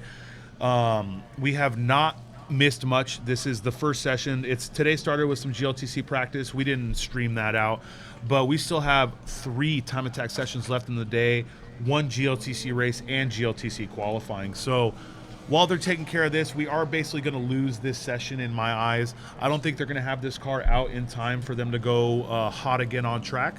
So at least, we're going to have the chance for people like the R stands for Race Camaro. They had a few laps going on. That was Ferris that just went right past them. They had a chance to do some recon time. And truth be told, they needed every chance they had to get those 315 squared under them. So as they're getting this all taken care of, what we're going to do is we're going to leave this live out here, guys. We're going to leave these shots up, but we're going to get the tower and the guys ready for the GLTC race. I'm going to leave Carly here with you for a minute, and I'm going to go over a few things with the other commentators, and we'll get them here for you. All right, guys. So, yeah, like Cuban said, we do have 3 more time attack sessions left today, and then we also have 4 tomorrow as well. So looks like it's going to be an exciting day. It's still really cold outside. I just came in from the pits as you guys were watching, and I think it's maybe 45 degrees now, and it's a little bit breezy. So it's definitely great turbo weather. Track surface, however, is probably still a little on the cold side. Let's see what we got going on here. So at 10 a.m. we're going to do the GLTC qualifying. That's actually 25 minutes long. So they're qualifying for their wheel-to-wheel race coming up later today at 2:40 p.m. And just a reminder that we are in Central Time Zone here in Austin, Texas, although I can't seem to figure out what time of the day it is. I'm still stuck on California time. If you guys are watching internationally, I just wanted to shout you all out. Thank you so much for tuning in. We really appreciate the support. I didn't really realize how many international listeners we have until I met some of the Australians here at the event. So thanks again, guys, for tuning in. If you're tuning in on the East Coast, West Coast, thank you so much for all your love. Make sure you guys stay tuned tomorrow, Sunday evening at 5:30 for the awards ceremony. Last year it was really funny and really exciting. We definitely had some champagne being had out of a shoe. So Cole Powelson gave us some entertainment with that. Looks like they're still working their way with the Life Motorsports GTR. Everybody else is pretty much off track. So once we get that car towed off track safely onto the flatbed, then we're going to start getting ready for the GLTC qualifying. All right, guys, so those of you out there, thank you so much, Carla, for letting me know what's going on. Carla and I are going to step out right now. We have the one, the only, the prettiest man in this tower, Tom O'Gorman. He's shaking his head, but have you seen yourself, sir? And sitting next to him will be Mr. Adam Jabay. These are two people that are very intertwined with Grid Life. Adam Jabay, he really set up the technical rules for GLTC, and he's been one of their back guys for a long time. Anyone who's never met Tom O'Gorman, he raced TCR. I remember when we were at Road Atlanta last year, I was joking about it, but when he was getting on the podium in the Pro All-Car, I was telling everyone, by the way, his race is on at 1 p.m. tomorrow, guys. Don't forget, TCR. So I'm going to have these guys out here for you. We're going to get them all set up in here, and then my production team will go ahead and get them ready for you. So we're going to go quiet for a couple minutes while they're getting set up, and then their race goes hot in 9 minutes, okay? Qualifying goes hot in 9 minutes.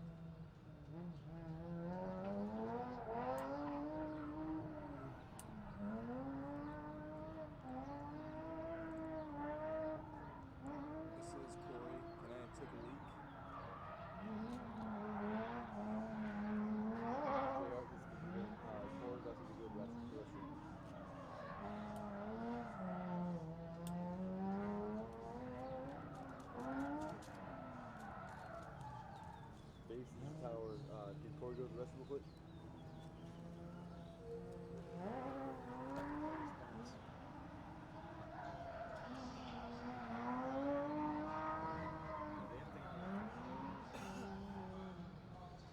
Yeah, man.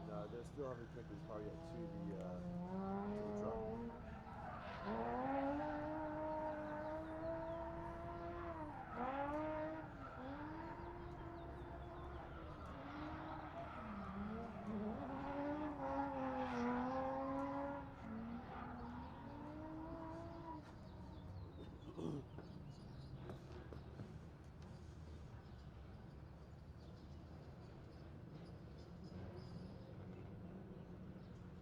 Base of this tower, the toe is moving.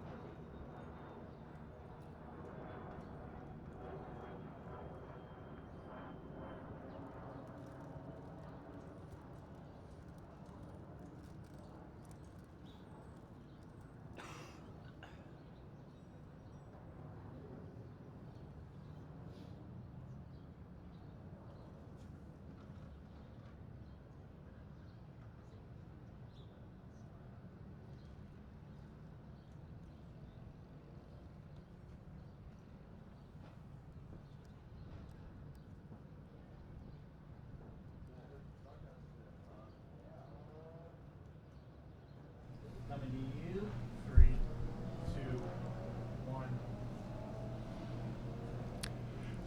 Good morning, everyone. Welcome back to Circuit of the Americas. Coming at you this time with Grid Life Touring Cup qualifying. My name's Tom O'Gorman. I'm joined today by Grid Life co-founder, motorsports director, and founder of Grid Life Touring Cup. Well, yeah, it was sort of my brainchild. Adam Jabay. Thanks a lot for buddy. tuning in. Adam, we're kicking off 2020 for Grid Life Touring Cup. Yep. Second year. For qualifying, but for the whole season. How's it? Yes. I mean, season points do start. They actually started in October at our last round of 2019. That was the first round of 2020. but this is a points round, and we have a good little field, especially for it being 1,000 miles away from our core audience. So we're really appreciative to Super Lap Battle for letting us come be kind of the support series. Get to see this beautiful facility, and it should be a fun day. We got a good field and a lot of similar builds. We have 3 different kind of interesting groups here. We have 3 NC Miatas with Duratec swabs, 2.5s. We have 3 RSXs. How many S2000s do we have? I think we have 3 of those too. I think the rest of them are S2000s. It's a lot of S2000s. Yeah, what's really cool, we were kind of talking about this last night, there's only 2 cars in the field that have ever raced GLTC before. And we've seen some of the cars elsewhere before, as we look at Fiona Liu's S2000 in the back. That's there, Time Attacks, converted over to Grid Life Touring Cup. But we have a very fresh field of cars out here this weekend. So lots of new faces to keep an eye on, and also a new track for most of the drivers. Yes. Yeah, we were kind of counting maybe 3 or 4 of them had been here before in any significant capacity. So this will be a lot of fun to watch over the entire weekend as drivers who maybe are more experienced at other tracks kind of pick up the pace throughout. And the format really caters to that with 4 races this weekend. Yeah, 6 sessions, 4 races. This is our second session of the day and of the weekend. This is qualifying. So this will set the grid for race 1. I actually think we do have 3 cars that have ran GLTC. We have Derek Yarbrough in that silver NC Miata with the wing. Mm-hmm. We have Carl Hurdle in the minivan, the Honda minivan. Yep. And just the last race of last year, that RSX that we're seeing the back bumper of on the stream there, that is Ben Dozman and Ben Mitchell, I believe. The Bens. I think it's Ben's. They're both. Oh, and Sally. We got 4. 4. Sally. There we go. Yeah. Yep, Sally in the Borla Civic. She's out here with 2 cars. Yeah, lucky her. Yeah, she gets to have all the fun. So speaking of MX-5s, we're looking at one on the stream right now. That is a brand new build for Grid Life Touring Cup this year. Luke McGrew, upgrading, I'd say, to wheel-to-wheel racing, but downgrading from a Dodge Viper, one of the rowdiest cars in Grid Life Time Attack. Yeah, he's I believe he's the season or bracket champion last year in his Dodge Viper. Yeah. 700 horsepower car, and now he is one of the 3 2.5 swap Duratec NC Miatas. A beautiful build too. He built all of this himself. All he didn't do was weld the roll cage. So he's being chased by Derek Yarbrough right now. He's actually being chased by DJ Alessandrini. So Derek Yarbrough and DJ Alessandrini co-driving that silver MX-5 that you just saw power sliding out of turn 1 as they bomb down into the S's now. And DJ, really known for his sim racing background, although that isn't really that's not really where he's gotten a lot of his experience. He started with karting once he found his love for motorsports, also started with autocross, got really into sim racing as a tool to get better in real life, and then kind of figured out that he's pretty dominant at it. Transitioned into real cars. Yeah, he drives a 9th gen Civic in the Midwest in GLTC. Yeah. Very fast.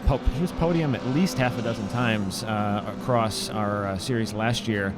But you're seeing a bunch of S2000s up here. We do also have a newcomer to GLTC, Ryan Upham. We saw him on in the E36 S54 swapped red. It's a red big wing BMW. Yeah, so, beautiful car. Brand new car there. We're seeing the back of James Houghton. That he's a perennial Time Attack champion across all the series in North America. Looks like we have a yellow flag here at the moment. I think they were towing the BMW. They might have to tow the BMW off of, I don't know what turn that is. Yeah, I think that's Mike Jang. Looked like he had some, he was talking to me this morning about some issues with that car. Electrical issues. It's kind of a sort out weekend for that car. He just got it, and he was telling me a minute ago it might be time for standalone something, electrically wise. So. He was saying this weekend, if it's working properly, it's still only going to make about 95 horsepower. So that's definitely a development weekend. There's that red E36 BMW of Ryan Upham that you're talking about. Beautiful looking car. He's run that car for about 8 years across 3 series. Yeah. Said he's even vintage raced it a little bit with SVRA, but decided to go full tilt GLTC this year. And that's kind of a trend over this offseason. We've seen pretty much everyone putting all of their eggs in the basket of we're going to go in and build GLTC cars because this is a party. That's sort of what we wanted the rule set to be attractive to a wide variety of potential cars.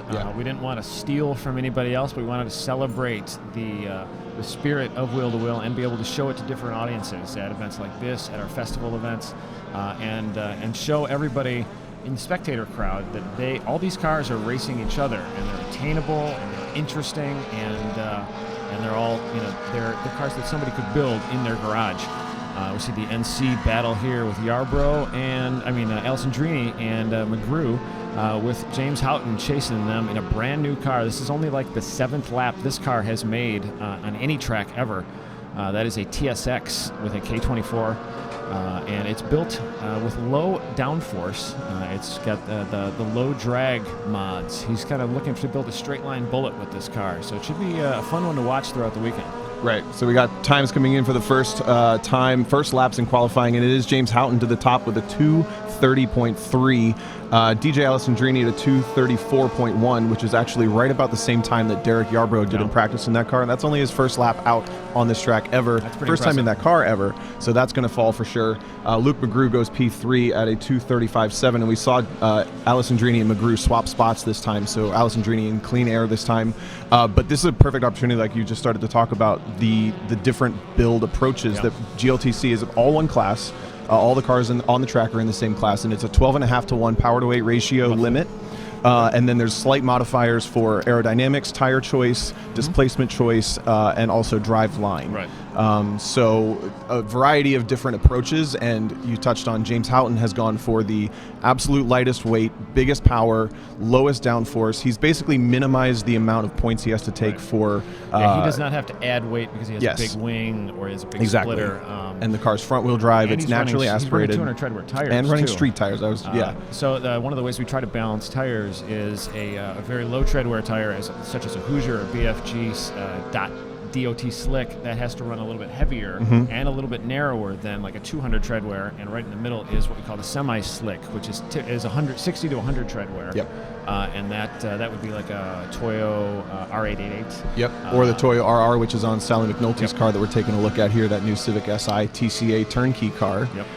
So it's really cool to kind of see which approaches these drivers have taken, and James Houghton will be fascinating to watch as this season unfolds, because he's really the first that has gone all in on the minimizing the percentage he has to take, lowering the weight, maximizing the power for the weight of that race weight of that car. So he's instead of at 100% modifier, he's probably down to closer to 92 or 93. The goal of that car for his build was basically to win on high speed tracks such as this and Road America, which are two of the tracks that GLTC will visit this year. Look at that splitter down the front air dam of that the TSX right on the ground in braking.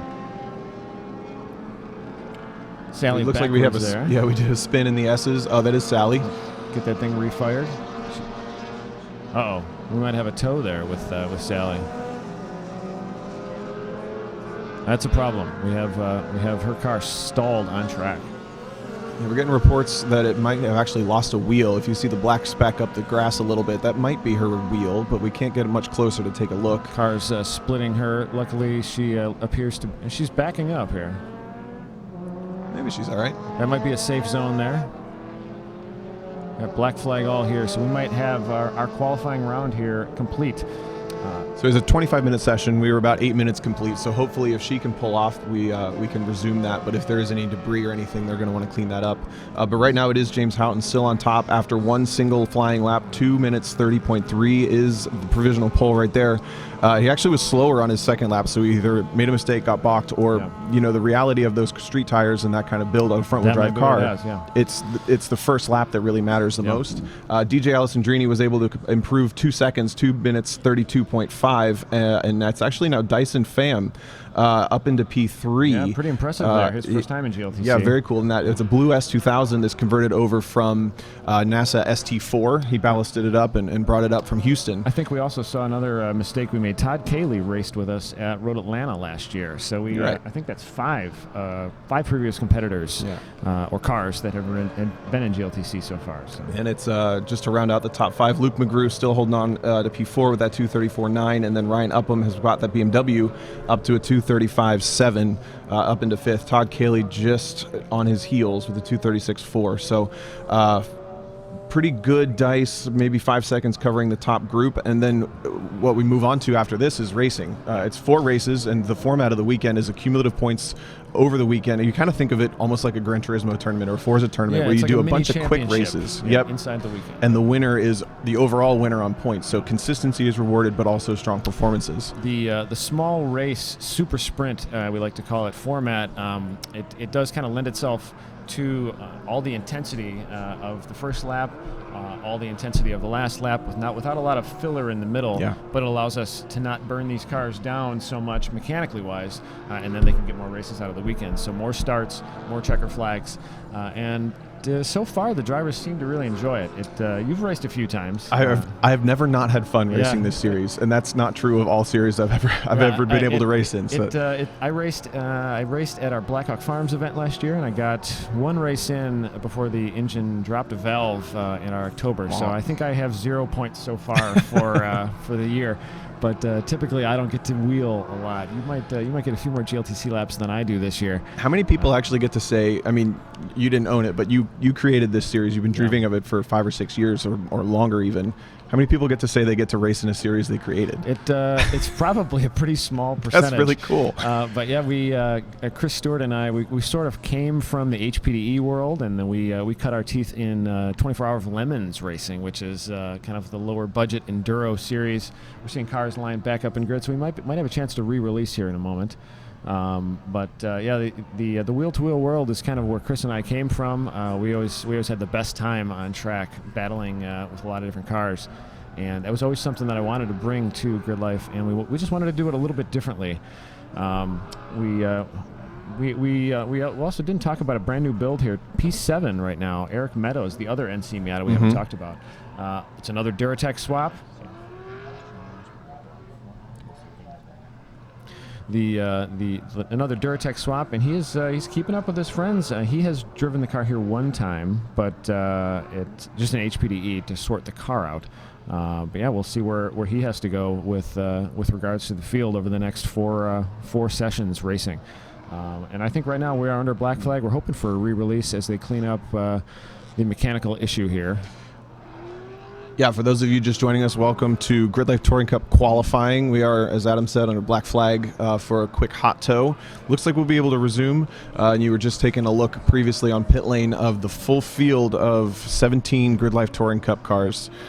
Still James Houghton on pole for race 1, but I was getting to kind of how the format evolves over the race weekend. Not only do the quick races help kind of keep things really fun to watch, but each race starts based on a different criteria from the previous race, so the entire weekend builds on itself. Yeah, the first race we've ran multiple different formats, and I kind of leave it up to the race director, who this weekend is Renee Hines. She's Renee's rad. Yeah, she is rad. She does have a hashtag.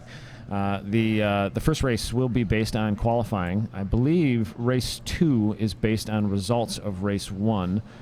We also talked about maybe doing fastest time of Saturday, cumulatively being the release point of race 2. So we'll have to send out a bulletin to the drivers tonight, but we'll see at about 3 o'clock. We'll know how today went. So should be a fun race this afternoon. Hopefully these drivers can get out and get a few more laps around this beautiful facility. So for those of you who maybe are time attackers or joining us on the Super Lap Battle live stream, this is Grid Life Touring Cup. It's wheel-to-wheel racing. The first time that wheel-to-wheel racing, I believe, has been featured on a Super Lap Battle weekend. So instead of going for fast lap, we are actually going to throw a green flag and race these cars 4 times this weekend. This afternoon for the first time, I believe at 2:40 p.m. It'll be live right here on the same stream. And then 3 times tomorrow. Adam Jabay and I will be calling the action the entire time. My name's Tom O'Gorman again. I'll try to comb and do my hair nicer for you in the future. They said they were going to have someone to touch us up. Yeah, I know that the makeup is just sorely lacking. Help us out. And we come from the Midwest where we're a little bit pale right now. It's not, we don't see any of that sun this time of year. We see all of our buddies though lined up in grid. Hopefully they get another chance at this beautiful facility. We want to thank Super Lap Battle for kind of letting us come and help support this weekend. They're NATA partners with us, along with SCCA at the North American Time Attack Council, and we are happy to be here. What a beautiful place. I've never been here. You've raced here a few times. I was just going to say, you're looking at the facility. That's the paddock here at Circuit of the Americas, and to be at a Formula One track, racing so interesting, and doing time attack, this is one of the coolest tracks in the country. And the track itself is, I'm trying to figure out how to say this, but it's big. It's kind of bare because you think of maybe Road America, Road Atlanta. There's a lot of personality and a lot of grandiosity built around those and everything. The close walls, etc. But this track is so hard to drive, and it's long, so it's hard to put a lap together too. And what'll be really cool is once we move into these wheel-to-wheel races, seeing how these different approaches on builds race each other, because this track, in my opinion, kind of has two personalities. You exit turn 1 and into the S's down through all the way to turn 11. That's really fast, flowy, rolling momentum, connecting the corners. Then you exit onto the back straight from a hairpin. You get a little breather, or a long breather, depending on what you're driving. And then you enter kind of this, what we call the stadium section, and it's really hard corners back and forth, and you're kind of pointing and shooting. And either side of the track kind of rewards different styles of driving, different kinds of cars. You have raced a TCA car here. I've raced, a couple times. TCB as well. Okay, you raced the B-Spec car here. Mm-hmm. A TCA is very similar to GLTC Prep. What's your main focus point at a track like this at Circuit of the Americas? What's the hardest thing to nail in a car of this power and this weight and this grip? What's your main focus? There's a ton of time in the S's, really. Okay. I mean, it's basically an autocross slalom. Okay. Each corner gets kind of longer and sweepier, but you can carry so much speed. I mean, you literally just like throw the car, you feel like you're through as fast as you can. Yeah, and it doesn't really translate on television very well, but there's quite a bit of elevation change coming down from turn 2, and then you actually rise back up into the S's, and they're blind until you get there. Okay. And a lot of people don't realize that until you drive the track. You but can you're see coming some of into that in this simulators, but in real life, the scale of this place seems colossal. So you can definitely, you have to be fast in the S's to be fast around here, but really the make or break is digging off of all of those slower corners. You turn 1, 11, 12, 13, 15, 20. That's 6 kind of almost second to third gear corners. They're really slow.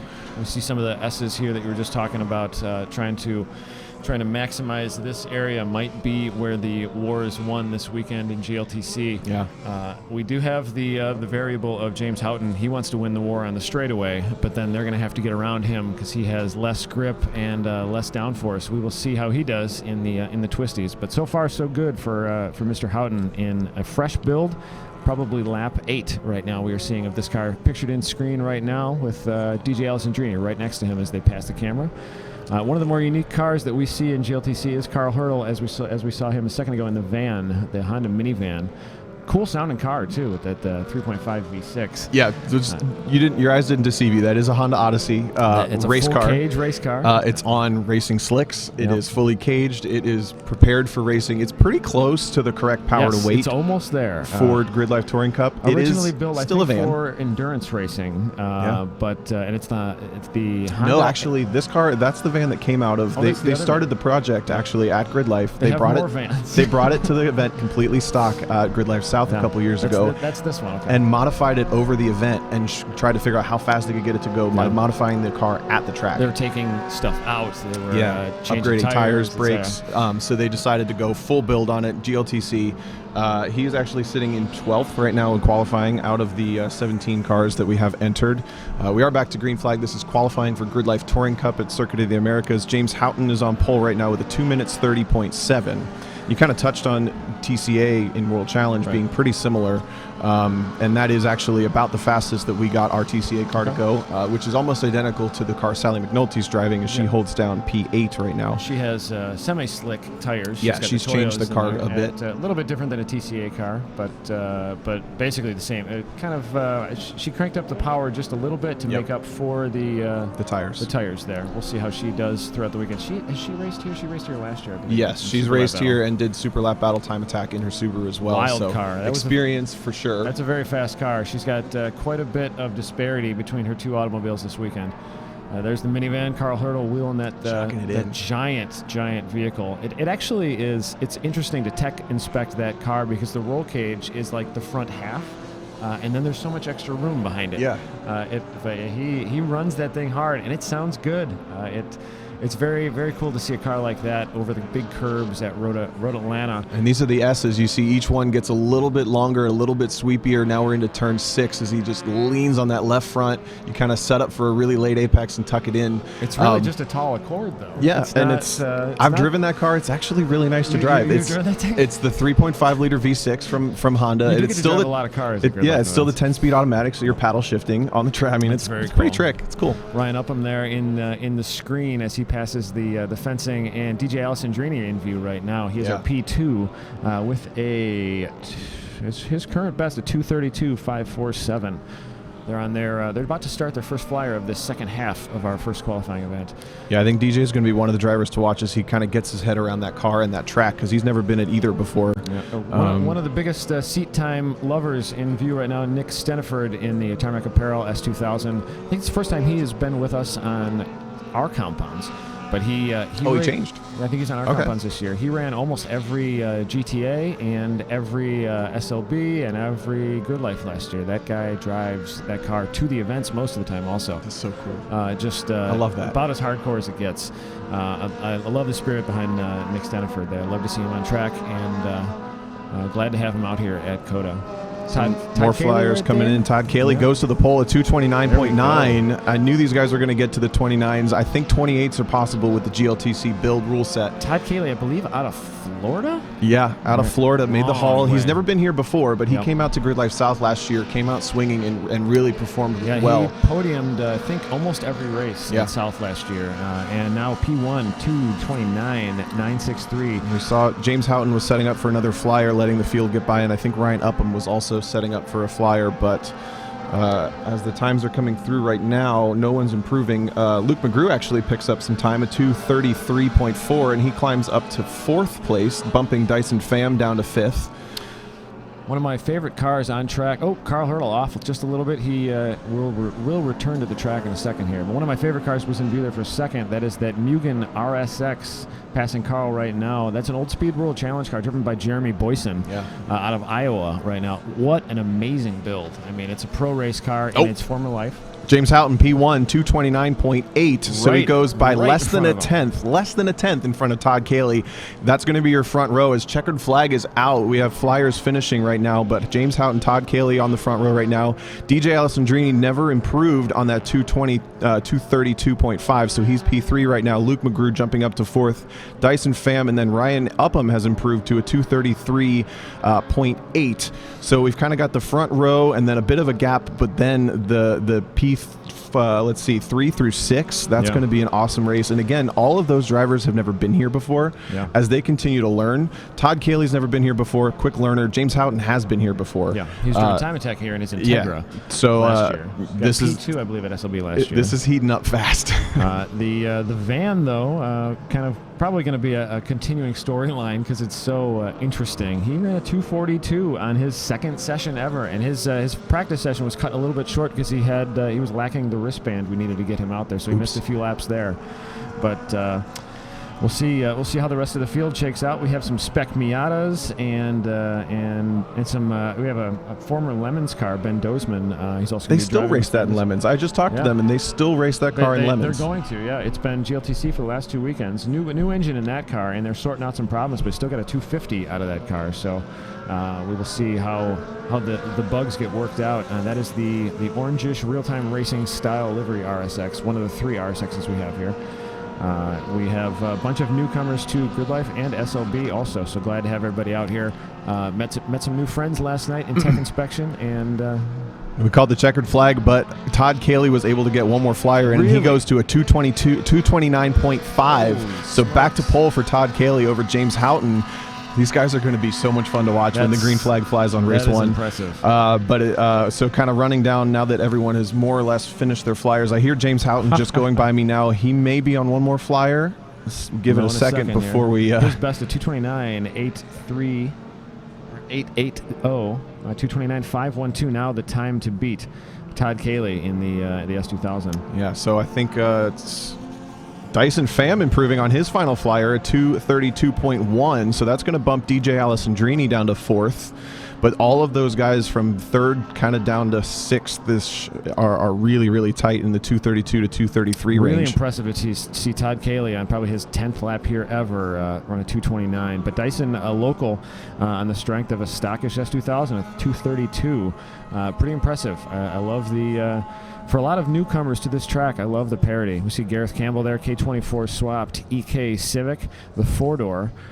It's still making the lit trip up all the way down from Michigan. Yeah, it's still lit up from our night racing at round 1 of 2020 in October. Yeah, doing a lot of work this year with Motegi Wheels, which is one of the partners of the series. So I think you'll see that car make big strides this year. A lot of fun to watch there. I think we're about to roll into some time attacks. We're probably going to have to hand over the reins back to our buddies. Yeah, so pulling up the final results for Grid Life Touring Cup qualifying. This will set their starting grid for the wheel-to-wheel race starting at 2:40 this afternoon. It is Todd Cayley in his Honda S2000 on pole at a 2:29.5. 3/10 back, James Houghton of Time Attack fame and now GLTC trying to take it down with his big monster street-tired Acura TSX at a 2:29.8. Dyson Pham and DJ Alessandrini on the second row. Luke McGrew, Ryan Upham in sixth. Eric Meadows climbing up to seventh. Nick Steniford getting that S2000 to eighth. Sally McNulty hanging on to ninth despite the issues in qualifying. And Gareth Campbell gets that green Civic we just took a look at up into the top 10. Jeremy Boyson, Carl Hurdle, Fiona Liu, Matt Murray, Ben Dozman, and Brian DeFries round out the entire field of 16 cars. Appreciate you guys joining us for Grid Life Touring Cup qualifying. My name is Tom O'Gorman. I was joined by Adam Jabay, and we are back on the Super Lap Battle live stream at 2:40 this afternoon for Race 1 to kick off the 2020 race season. Now we get to go talk and hang out with our friends and probably scale some cars in It's the impound. best part. So we'll hand it off to Carla and to Cuban. So thanks, everybody.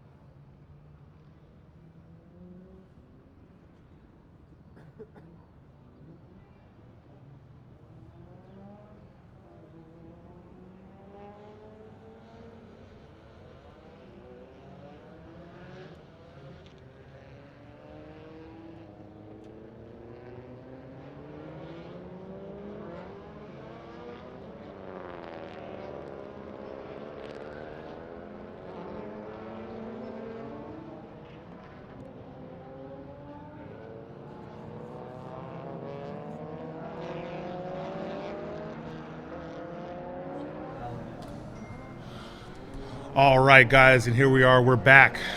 Super Lap Battle here at Circuits of the America. Big shout out to Tom O'Gorman and Adam Jabay. Thanks for announcing that GLTC qualifying. Like they said, they'll be back at 2:40 Central Time for their race. Me and Carla back in the tower. We had a chance to go walk around. I got really good news, guys. Cole Powelson, Life Motorsports, they're done. No, I'm kidding. Their car is perfect. They shot a drive shaft, and no matter how crazily developed that car is, that drive shaft was stock. Interesting. So did they have a reason for that, or It never broke. Okay. Come on, how long? Come on, if it's not broke, don't. don't fix it. So I just Yeah. talked to Cole real quick. He assured me they'll be back out on the next session. So for you guys, we have in-cars this whole session, okay? So I have an in-car on Group 4, Group 3, Group 2, and hopefully I'll get one in Cole for Group 1.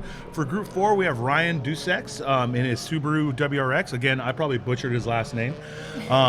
In Group 3, who the heck do I have in Group 3? I have Dan. Dan from IAG. We have in Group 3. Okay. Group 2, I'm going to have William Al Young. All right. And then in Group 1, hopefully if everything goes perfect, I'll have Cole out there. So here's a little bit of in-car on the warm-up lap, guys. I just wanted you guys to be able to take a little trip around this track. So just so you guys know, we try to get you every bit of experience on this track. So we want you to hear the car. We want you to see the track. This obviously is a Wi-Fi in-car setup. So if you see any little weird choppiness, it comes and goes, but we keep this as clean as we can. So this is what you guys are going to see. Ryan is a badass in my opinion. If you guys don't know who he is, he and Nick Steniford travel the country to make as many events as they can. Ryan last year at Road Atlanta hit the wall, caught on fire, came back the next day. That's insane. That's my kind of guy. Yeah. So which car did he hit the wall and catch fire on? The one he's driving now. Oh, perfect. So it's, I mean, obviously they repaired it, and That's like, you know, it's the kind of thing that I tell people. I'm like, things are going to happen when you race, okay? I got a really good friend, Mr. Fujimura in New Jersey. He hit a wall in New Jersey, and he wanted to give up, and I talked to him for 5 minutes, and he's like, you know what, that's why we came out here, and he fixed it and ran it, okay? Yeah, the car wasn't perfect, you know what I mean? But they got it back together, and they ran the next day. That's and awesome. That kind of stuff to me is inherent to the kind of drivers we have. you know what's insane? I was watching the 24 Hours of Daytona, and the Acura DPI team, they hit the wall at about maybe 120, and within, I think, 40 minutes, they got the car back out and finished the race. Was this through the bus stop where someone thought they could make a really brave pass? Juan Pablo Montoya was in the car, and he was very animated, okay? He was very mad. I wasn't going to say my opinion on any of the moves, but... it was a bad pass. Yeah. It was a bad pass. But to be fair, that car hit the wall in qualifying. It did, yeah. Okay, so the Mazdas were very strong, and they hit the wall in qualifying and still came back for the race. So, I mean, they did. It's very impressive. So they're doing things at a much higher level, but these guys have the same heart and soul in the driving. They don't want to just leave. They don't want to run an event, have one bad thing happen and leave. That's not what they're trying to do. Right.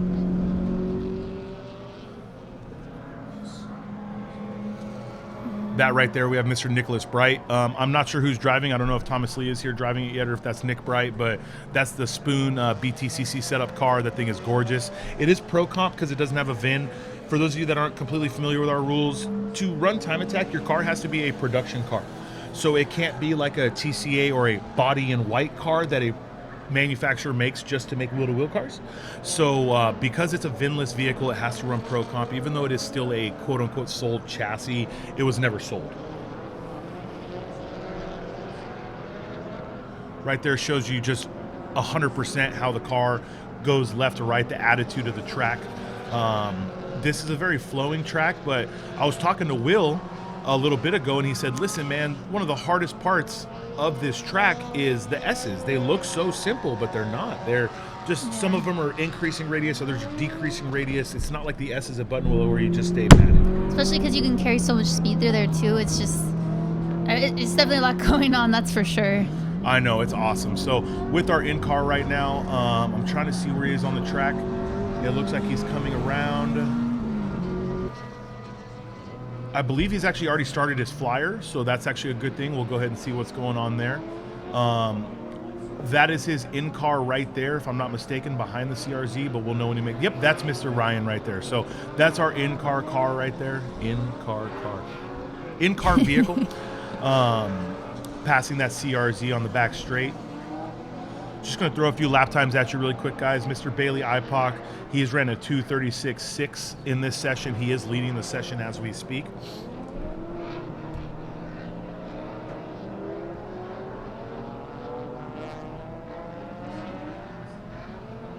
It's like I believe that's the S2000 that he's catching in the brake zone here. Yeah, oh, and I mean, he's definitely going around on the outside. The S2000 got out of the way, saw him coming up, saw him on a flyer. If you're on a warm-up and you see someone on a flyer, I mean, it's courtesy, but all these drivers have it. They're not going to slow someone else down on one of their flyers. So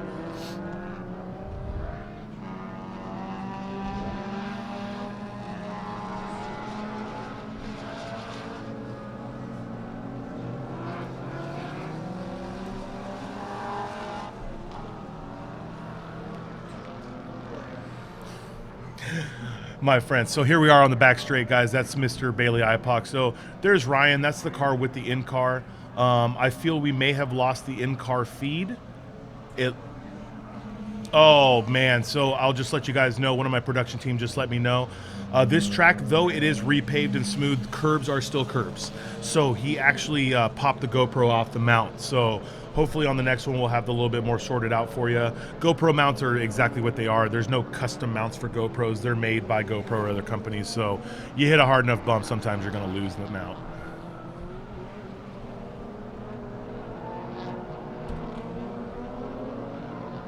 To all you guys watching on YouTube, Facebook, and our website, especially internationals, I want to give you guys a huge shout out. Thanks for staying with us.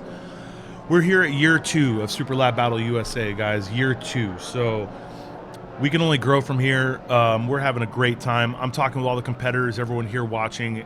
The excitement is real. I was literally just talking to Barton while the GLTC race was going on, and he was having a blast. He said it with me. We were talking about it, just the fact that we're on the 2nd year and we're doing something like this. He thinks we're on the right path, and to hear something like that from a world champion is just something that, you know, makes my heart skip a beat.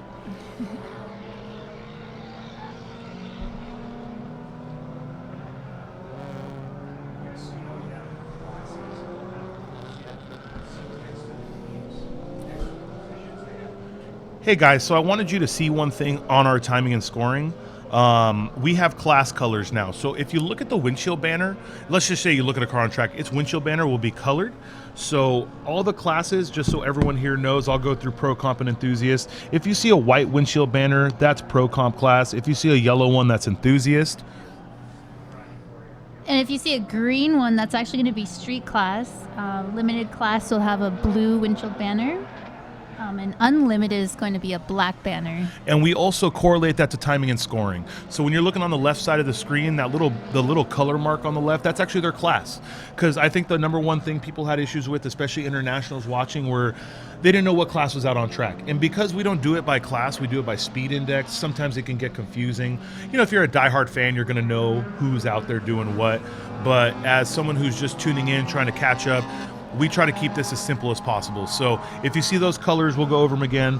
It goes from white to black, guys. So white's going to be Pro Comp, yellow's going to be Enthusiast, street's going to be green, limited's going to be blue, and unlimited's going to be black.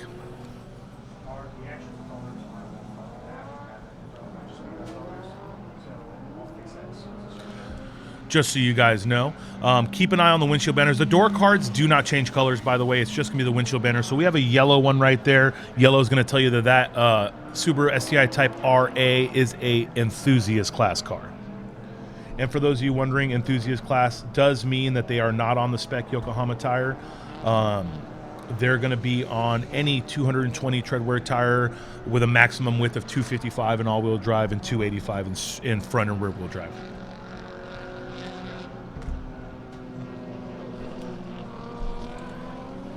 That Type RA is being driven by Therese. Listen, I'm going to butcher this. Lelau.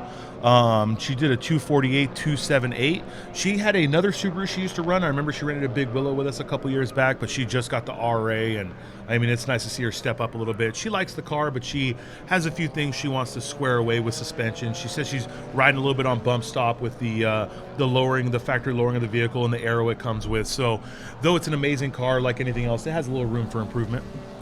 Yeah, and it's also her first time here at the track as well. So she's definitely been working hard. She's been studying the track for the last 3 weeks consistently to try to, make sure when you look at any given point on screen, you can tell which turn it is. So great job, Therese. We're looking forward to seeing you do well this weekend. Luckily, a lot of our competitors are doing great. We have very few issues so far, though we are on just day one in the beginning, but a lot of these things are being squared away. I don't know if you saw, but I walked to the Elusive garage. They got all hands on deck pulling the tranny out. Okay. They have hands on deck that weren't even here with them. So that's awesome. Like I said, we're lucky enough at our shop to have supported them getting the car. You imported it. You transported it here. I did. One of my techs, George, is out there helping them pull everything apart. They got all hands on deck, and this is such a community sport that if someone can help, they will help. So hopefully we see them with a new gearbox in that car ready to run. Do we have any word yet if they were able to find the gearbox? I haven't heard yet. You know how when people are real deep into what they're doing, mm-hmm. the last thing you want to do is ask them a question, even if it's your job? Right. Yeah, I know. Trust me, been there.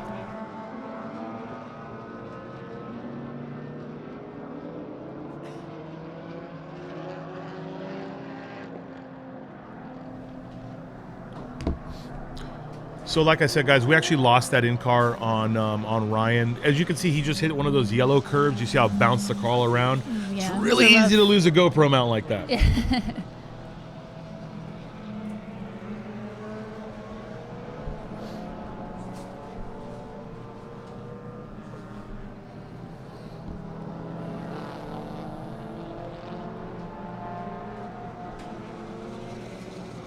right, as far as times go, we had car number 30, Villas. He just ran a 238.297. I think we chose the right car. I'm sad we lost the car, but Ryan is actually the fastest person in the session right now to 2:33.5. Which car is Ryan driving? The blue WRX Oh, with that's the the- Goss okay. green wheels. The one that we lost the GoPro on. He hits too many curbs. It's not Button Willow. You know, for those of you that don't know, they actually just repaved this track. So anyone who's watched F1 here knows that it's a little bumpy when you only have an inch of suspension travel, and it's been getting a little worse year by year. So COTA did a great job of doing a complete repave on this track. With that being said, there was a couple events here before we came, so the track wouldn't be what we would call 100% green. But these guys are still rubbering it in. They're having a great time, and they should have the smoothest possible track to go out there. Some people will call that a negative because, you know, bumps and all that are kind of what give a track personality. But this is an FIA Grade 1 track, okay? It has enough personality on it. It's the only one in America. One of 26 in the world, so. Is the Autodromo in Mexico, is that a Grade 1 track? I don't think it's a Grade 1, I to be think you're right. I honest. think North America, this is the only one. This is the only one, yeah. It is an FIA track, but it's not It's Grade just 1. not Grade 1. Yeah. And for those of you wondering what the FIA grading system is, Grade 1 just means like this is the best facility, the garages are the best.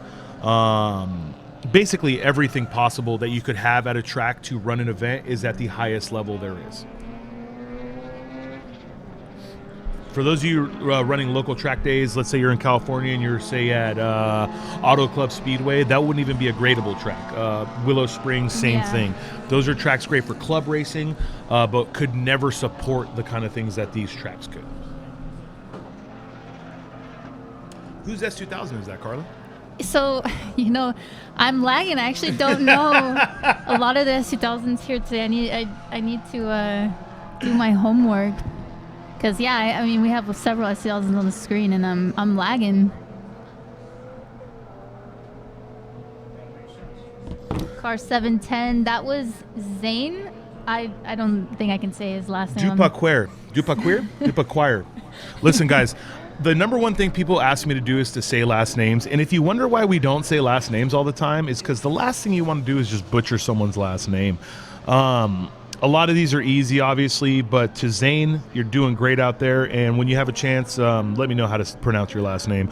I meant to get a phonetic spelling of everyone's last name before this event, and we just kind of got behind on everything else. Luckily, we know a lot of these cars. We know these guys, and we're just super happy to have them out here. And Zane, I feel your pain. I've spent my entire life with people butchering my last name. I have known her for a very long time, and I just learned her last name had 2 T's in it last November, okay? So it's still spelled incorrectly in my phone. It's probably never going to change. No, ma'am. That would be 200% correct. So just so you know, Ryan was leading this group, but it's actually been taken over by Mr. Zachary Sober. Zach Sobers did a 2:30.902. I want to let you guys know, if I can pull up these results. Zachary Sober won Enthusiast last year with a 2:41. Wow, that's amazing for your enthusiast class. 11 seconds. We do have a rule, guys. Because this is not a series, this is a single event super lap battle. You're allowed to defend your enthusiast one time. So if you win enthusiast class, you have one chance to defend it. Win or lose, you have to bump up to street or you can't win. So Zach knows this is his swan song and enthusiast. I talked to him a lot. He really wanted to bring the heat, and he has taken 11 seconds off his time last year. I mean, talk about defending your own record. 11 seconds. That's insane. So great job, Zachary Sober. Yeah, and the great thing about that is last year was just a cornerstone. You know what I mean? Last year was for people to set times. That's all it was. So we got to see a good delta of what it should be. We knew that the second year would be faster. People would understand the track more. But 11 seconds, that's wow. And a 2:30.902 in enthusiast class, that's a solid time. That's flying. Yeah. That is absolutely flying. That's in his STI. Yep, that's going to be, I believe P2P Racing did the motor for it. It is a stock body car, so, you know, no aero, has a factory wang. And besides that, I mean, it's doing good. So he's out there doing a great job. This is Group 4, Session 2, guys. I wanted to remind you, Group 4, Session 2. That way you knew what was going on. I know we have it up there on timing and scoring for you. We got 3 more groups to go, and then we'll be going to lunch. So we'll just make sure to keep you up to date on this one.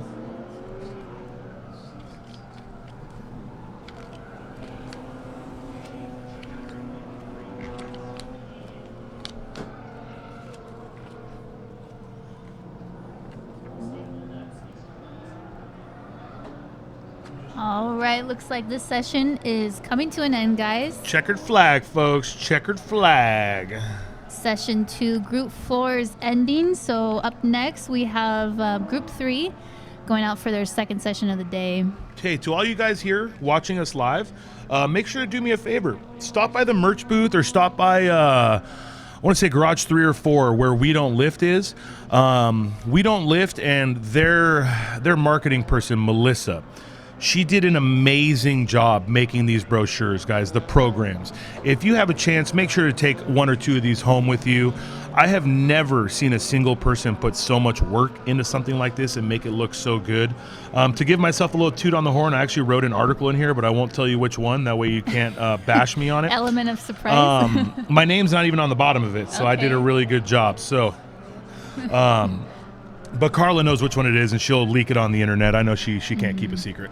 I do not. No secrets are safe with me. So this session is checkered, guys. Once again, if you're live here, stop by the merch booth. We have some great deals going on. We got hats, shirts, beanies, sweaters.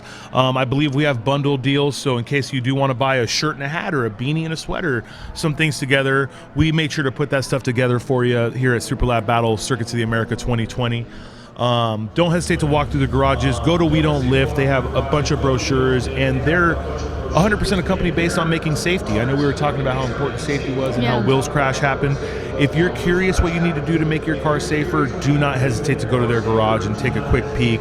If Ravi's not out on track, he'll definitely help you out. You can't really miss his car. It's an NSX and it's pink. Yeah, and on top of that too, guys, even if you have all the right equipment, installing it correctly is very important, because you can have all the safety equipment, but if it's not installed correctly, it's not going to still save you. So talk to Ravi. He's great. He's very knowledgeable. He can help guide you along the way. Not to cut you off, but for you guys wondering, because I do get messages, the Snail Performance STI is being driven by Marcos this session. So even session Sally, odd sessions Mark. No. What session are we in here? This is second session. Man, So I might be even? just a turd right now. Hold on. We have a group message. We have a group message here. One of like 120 Okay, Marcos. messages. So Marcos cleared that up. It's Sally out there right now. See, he can hear us. He okay. corrected us and apologized. Thanks, Marcos. Well, he'll let us know the next time he's going out. Marcos was actually driving the Civic out in GLTC qualifying. I know they had a small issue with it. Hopefully they can get that squared away. They towed out here from Arizona with 2 cars. So these guys support the sport as a complete. We thought they may have lost a wheel, but it turns out that the hub completely broke off. If you guys were watching the GLTC qualifying, the car came around and almost went over. So Marcos did a great job of keeping it together. Great job, Marcos. Good save. Glad to see you safe. That's another car that we're talking safety. This is a spec wheel-to-wheel car. So let's say this car went over, Marcos would have been safe. And that's why we like to push this to the max. This is going to be Sally out there. Marcos will make sure to let us know next time he's going out, so you guys know out there. So Sally did lose some splitter, either rods or tension cables in session 1. I saw them working their butts off to get that fixed. So we're going to see what kind of lap time she can put out this session.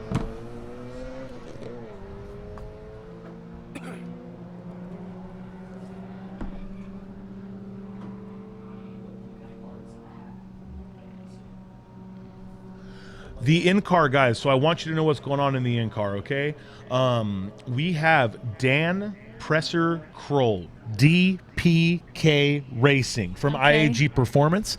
I was in their garage talking to JJ and Fred, told them I was going to sabotage their car, and they just let me do it anyways. So the in-car is going to be Dan's car. It's an unlimited class Subaru STI. It should make all the right noises. I believe it has a sequential. It's a super high strung out Subaru, so if it sounds like it has a misfire, that's how they sound from the factory. And for the most part, we'll get you some in-car footage of Dan's car. I believe we have it further back on the roll cage in his car, so they'll be all good to go. So when we cut to in-car, guys, that's going to be DPK, Dan Presser-Kroll from IAG Racing. Huge shout out to Fred and JJ for letting us put it in their car.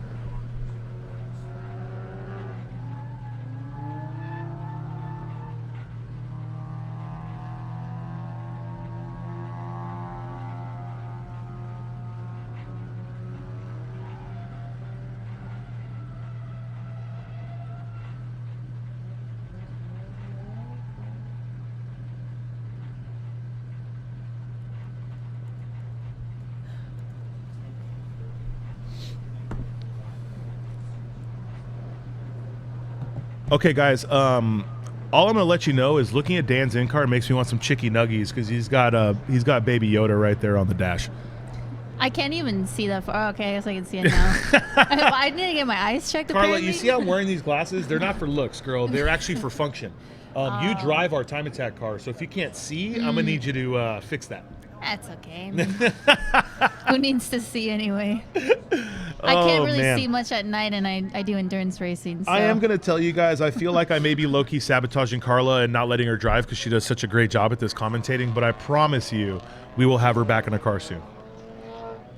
Although I love commentating, Cuban, I driving is my thing. Well, we're just going to put a mic in the car so you have to talk the whole time. Do both, yeah. Just do both at both. Yes, yeah, ma'am. Same time. For those of you that know, she may sound real calm in the tower, but I'd probably have to censor out half of what she says in the car. Hey, as long as the brakes are functioning how I want them, then I generally am pretty calm. And my boyfriend Carlos in the paddock right now, he's probably laughing at me because he knows exactly what I'm talking about. Yep. He's always on the radio with me during my races. Huge shout out to Carlos. That was a low-key slide in right there. My boyfriend Carlos in the paddock. Yes, folks, she is taken. Carlos, he seems like a strong man, so I wouldn't try to take that over. Here we have them, guys. The cars are still being released. This is Group 3, Session 2. Group 3, Session 2.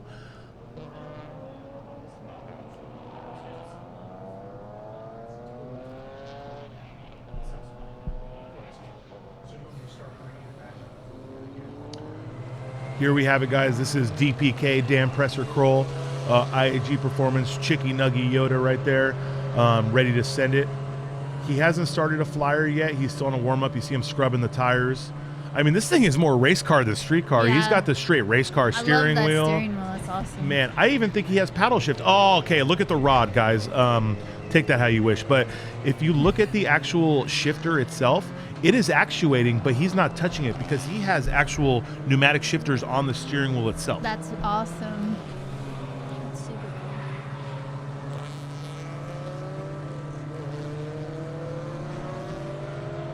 cool. So right now it looks like he's getting set up to do a flyer. I'm going to do y'all a favor.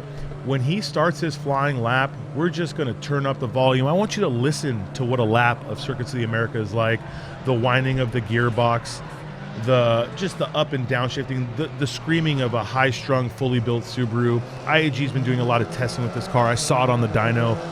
It is a JR tuned car. He tunes for IAG. Huge shout out to those guys. So as soon as he starts his flyer, I'm gonna just go ahead and sit back, relax, and get paid to do nothing. We're getting paid the big bucks, guys.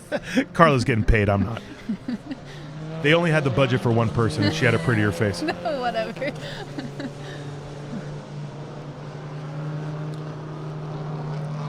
So just so you guys know, we're coming up to it. That's the SCCA Championship car right there being followed by Sally McNulty. It does look like they have that splitter situation fixed.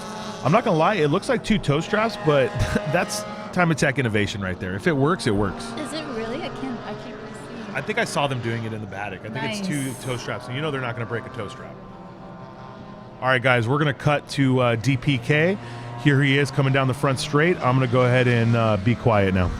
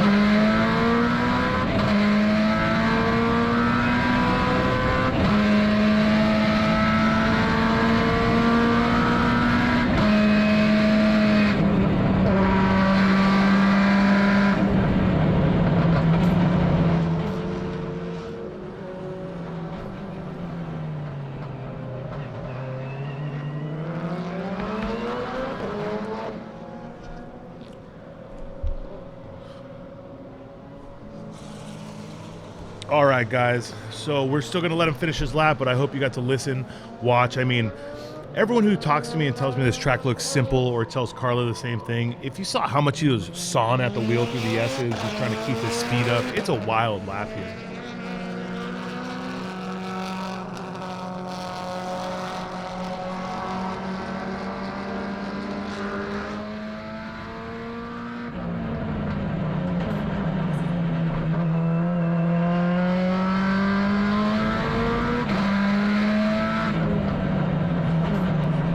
All right, guys, so here he is about to come down on the front straight.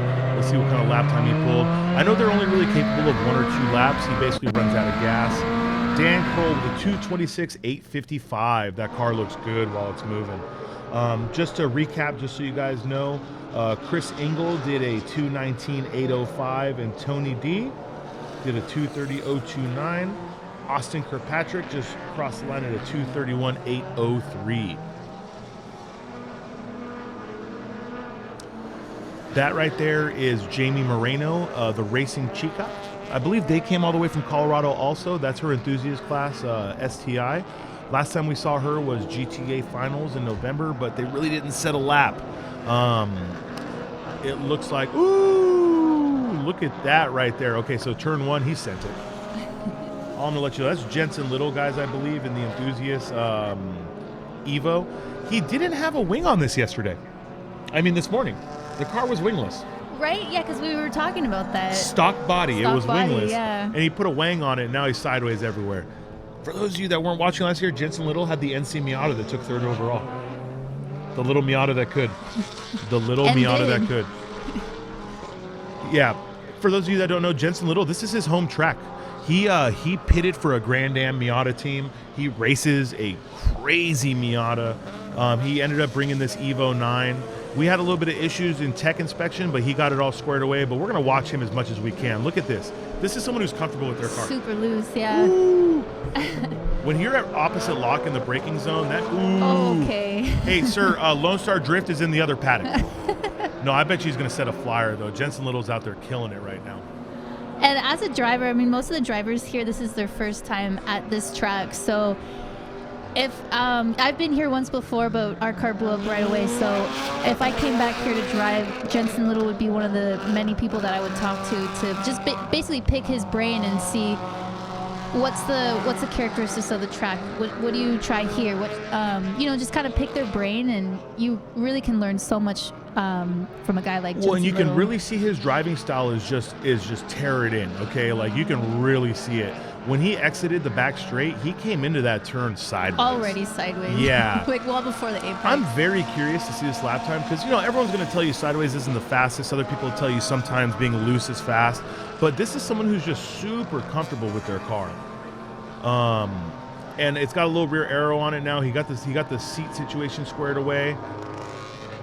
He's moving so fast. Oh no, there goes his lap. Man, okay, so anyone that knows that corner, that's super famous for that right there, okay? That's the turn where everyone in IndyCar went off. Oh, man, so he overcooked it a little bit right there. I'm still curious what he's going to run right now, though. But even every time that he's overcooked the turn and went off a little bit, he still stayed in it, and he was still carrying a lot of speed. He made the corner. Yeah. Most people, when they overcook it, they spin, they overcorrect. You can tell he's really comfortable with his car. That's the pink NSX we were talking from We Don't Lift, and he may have just flat spotted that front left AO52.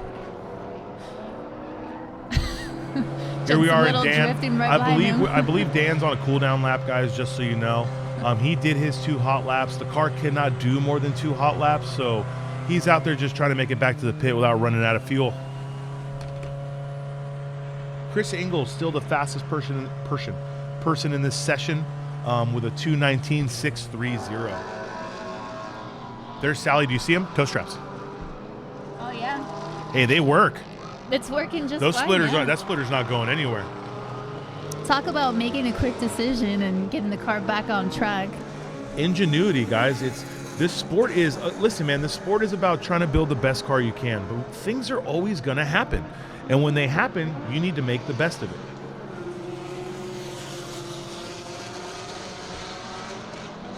Time-wise for this group, we still have Chris Ingles got the fastest lap time with a 2:19.6, but he has 11 seconds on the next fastest car. Oh no, I'm sorry. Dan Kroll ran a 2:23.646, so that's going to be the second fastest car.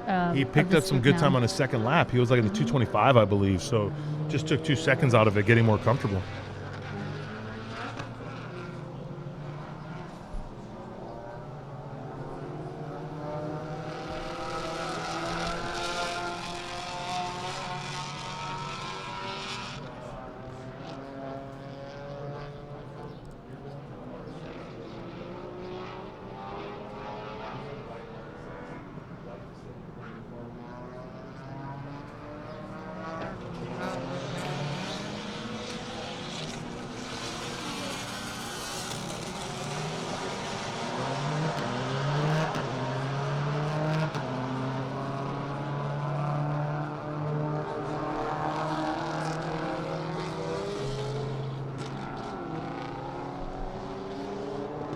Okay, so we finally got a tick on Sally's time, a 2:24.697, super fast for a street car. I'm really lucky I have all of last year's times up. Street class was 1 with a 2:23. Nice. It looks like that's definitely going to be reset this year for sure. Absolutely, with zero doubt.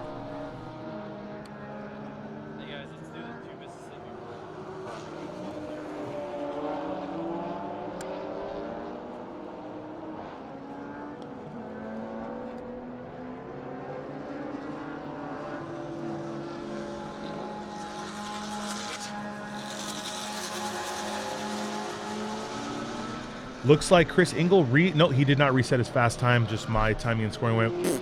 But we got Robbie with a 2:37.668.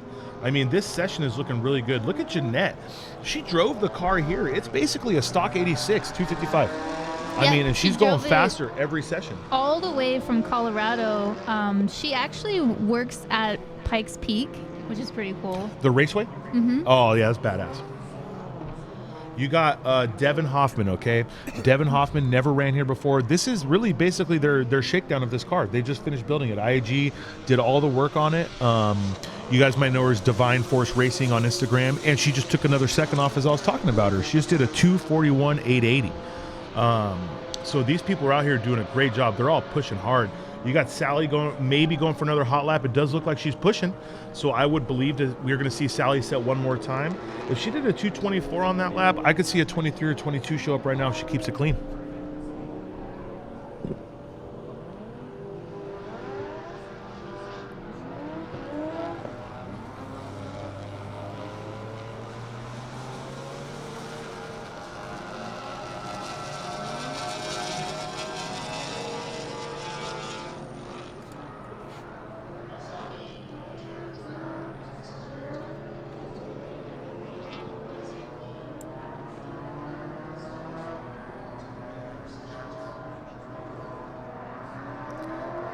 Guys, I'm getting a lot of requests here, and I'm gonna go ahead and let you know. If we get a chance to put a video in Jensen's little Evo, we're gonna do it. Okay? I literally just got like 12 notifications, 18 text messages. Guys, I will put a camera in Jensen's little car when I have a chance. I promise you that. So as soon as we have a chance for that, we'll do that. This session, Sally did not have a chance to set another time. I'm sitting here with my co-host, Carla Pistotnik. There are 2 T's, my friend, 2 T's. Yes, there are. And this is basically the end of Group 3, Session 2. We're going to cut to Group 2 after this. I believe if my guys had the ability, we're going to have an in-car with Mr. William Al Young.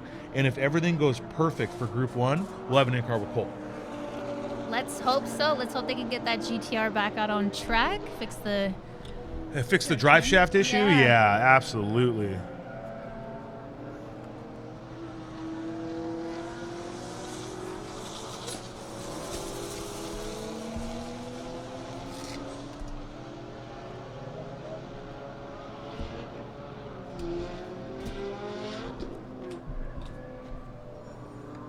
I will let you guys know. It's really hard for me to keep up with all the comments. You can go ahead and keep tagging me. It's easier. I got YouTube up. I got Facebook up. I got timing and scoring up. I was like, a 1.7 GPA student. That's actually a bold-faced lie. But my multitasking skills are not the best. So, again, huge shout-out to all you guys watching on Facebook, watching on YouTube, internationals. The guys that couldn't make it for SLB, the guys that couldn't make it for GLTC, we're really stoked to have you out here watching us do this. I will tell you, though, the amount of people asking for an in-car of Jensen Little, I'm going to go ahead and talk to him after lunch and make sure he's okay with sending it on track like that, because that was probably one of the funnest things to watch on stream. Now, seeing that in-car, I would love to see just his hand movements. I mean, in the brake zone, right before the back straight, he was reverse lock in a straight line. Yeah, that's definitely going to be a very exciting in-car video. Hopefully we're able to have access for that. I mean, I don't see where he'd have a problem with it. On the screen here, we have Vincent Campo here in his Civic EG. We saw him at Buttonwillow GTA Finals. He's actually traveling from San Diego, California, drove all the way out here with his wife and 2 doggies. We love doggies. My doggie's watching the live stream on a couch right now. I keep getting photos of it, and it's freaking adorable. That's so cute. Mine's upset that he didn't get to come along with me. He basically comes on all my transports with me now, and the fact that I didn't bring him on this one is he's never going to forgive me. Well, and I love your doggo because his hair grew back. It did. I'm showing Carla a photo. See, that's our live stream. There's the doggo. Every time our voices come up, she perks up and looks. That's so cute. Perks up and looks. All right, guys, this is Super Lap Battle, not Super Dog Battle. So we'll get back to the point here. But I'm really hoping we can get an in-car. If Jensen Little, your team is out there, please let us put a camera in that thing, because you're the star of the show today, sir. People thought that people were watching for Cole and Elusive. No, they're watching to see an Evo 9 take every dang corner sideways and look good doing it. So keep up the good work, guys. You guys are killing it. Tony D, car number 510, just reset his fastest lap time of the session with a 2:28.370. These times are looking good. Chris Engel with a 2:19. Sally's 2:24 is going to be one of the faster times in the session. I think it's going to be third fastest. Am I missing something? Second fastest. No, third fastest. Dan Kroll just ahead of her.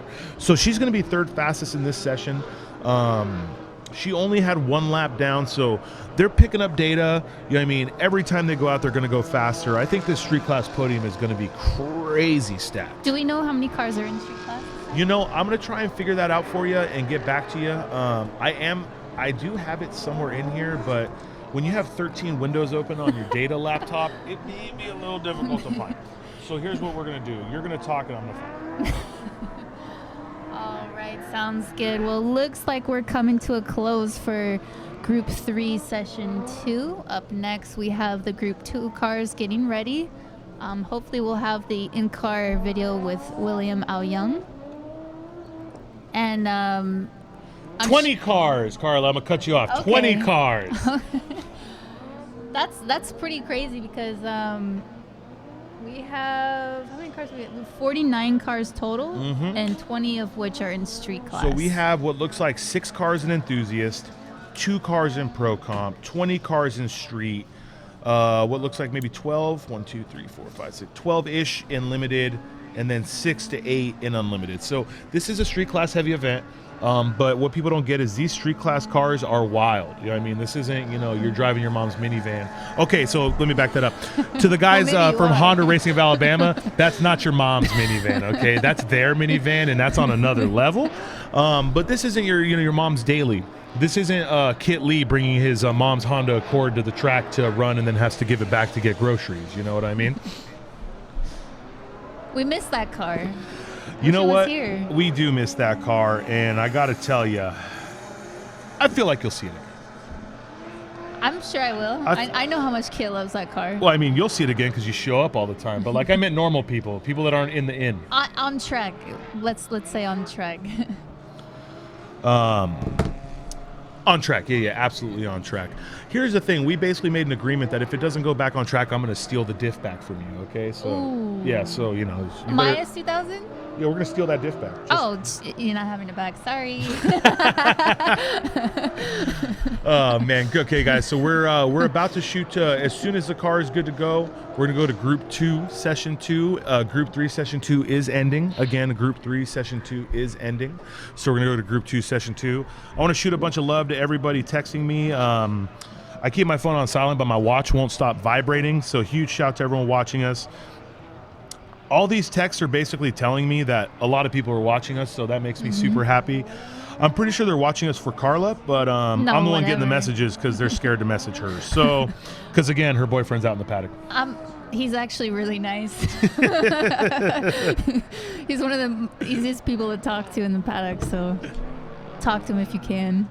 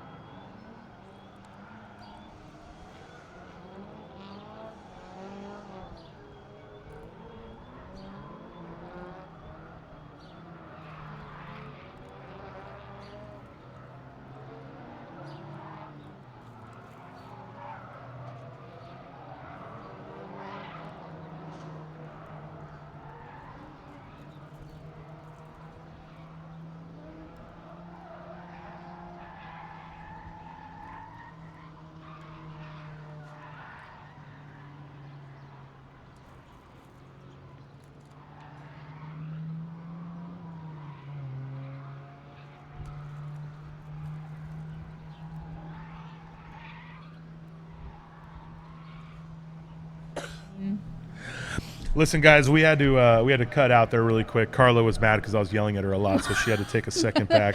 It's not true. You almost knew. So we're getting ready to go Group 2, guys. Group 2, Session 2 is going to go out. I hope you're having half as much fun as we are, because if you're not, then you just need to have a better life. I do want to let you know, though, again, if you're here, guys, go to the We Don't Live trailer garage. Go to the merch booth. We have this beautiful program made by Melissa James from We Don't Lift. Huge shout out. She's got a driver spotlight of a lot of people who are here now, but she also has a lot of history of Time Attack as a whole. I'm trying to give you hints on the article I wrote. This is rigged. Tread carefully. But it also has like the fastest cars of the past, guys. Listen, like Super Lap Battle, the name has been around for a long time. We all know about when it started in 2011 with being Super Lap Battle. Of course, we all know the old school back when Sierra and Cyber Evil and all those guys came out. That's when my fanboydom started, and to this day, I still get a little, whoo about it. How did that go? About it. Okay. But I'll be really honest with you guys. Like, looking at this, it's so cool to see these old names. I'm just gonna throw them out for you. If you don't know them, look up some history books. But like from 2011 to now, these are all the winners. Westfall won in 11. Jeff Westfall, Billy Johnson in 2012. Our one and only Tony Zerka in 2013. I got a repeat name here. Jeff Westfall in 2014. Cody Cashel, who we haven't seen in a long time with that Corvette. You know what I'm talking Yeah, about? I He had a remember. beautiful Yeah. Corvette. This next name means the world to me because I really hope I can see his car out and do something really good one day. Mark Yeager in 2016 won the entire event. A lot of people forget that. Andy Smedegard showed up in 2017 and won GTA, what was then GTA Finals. Richard Boak, he is a Canadian, the Can Jam Subaru. That thing was a freaking rocket ship. And they showed up and, sorry, Tom O'Gorman. Tom was on a flyer and it looked like he was gonna surpass Richard. No, I apologize. Let me do this backwards. Tom was leading and he was on a flyer and the car let go right before Cotton Corners. And Tom, like the competitor he is, got completely off track and Richard had a chance to run one more lap and he won the event. And of course, 2019 Super Lap Battle, our one and only Cole Powelson did a shoey, didn't get sick on the podium. These is the history of our sport right here in America. And just to see this many names, I mean, Jeff Westphal, the repeater, and if you guys don't know who Jeff Westphal is, watch 24 Hours of Daytona, watch racing. Jeff Westphal's the man. He's the only American, okay guys, I'm gonna be a fanboy for a second. The only American to ever set pole at 24 Hours of Nürburgring, ever. Yeah, so if you don't know who Jeff Westphal is, do your research. Yeah, do your research, guys. But here we have Group 2, Session 2 going out. Group 2, Session 2.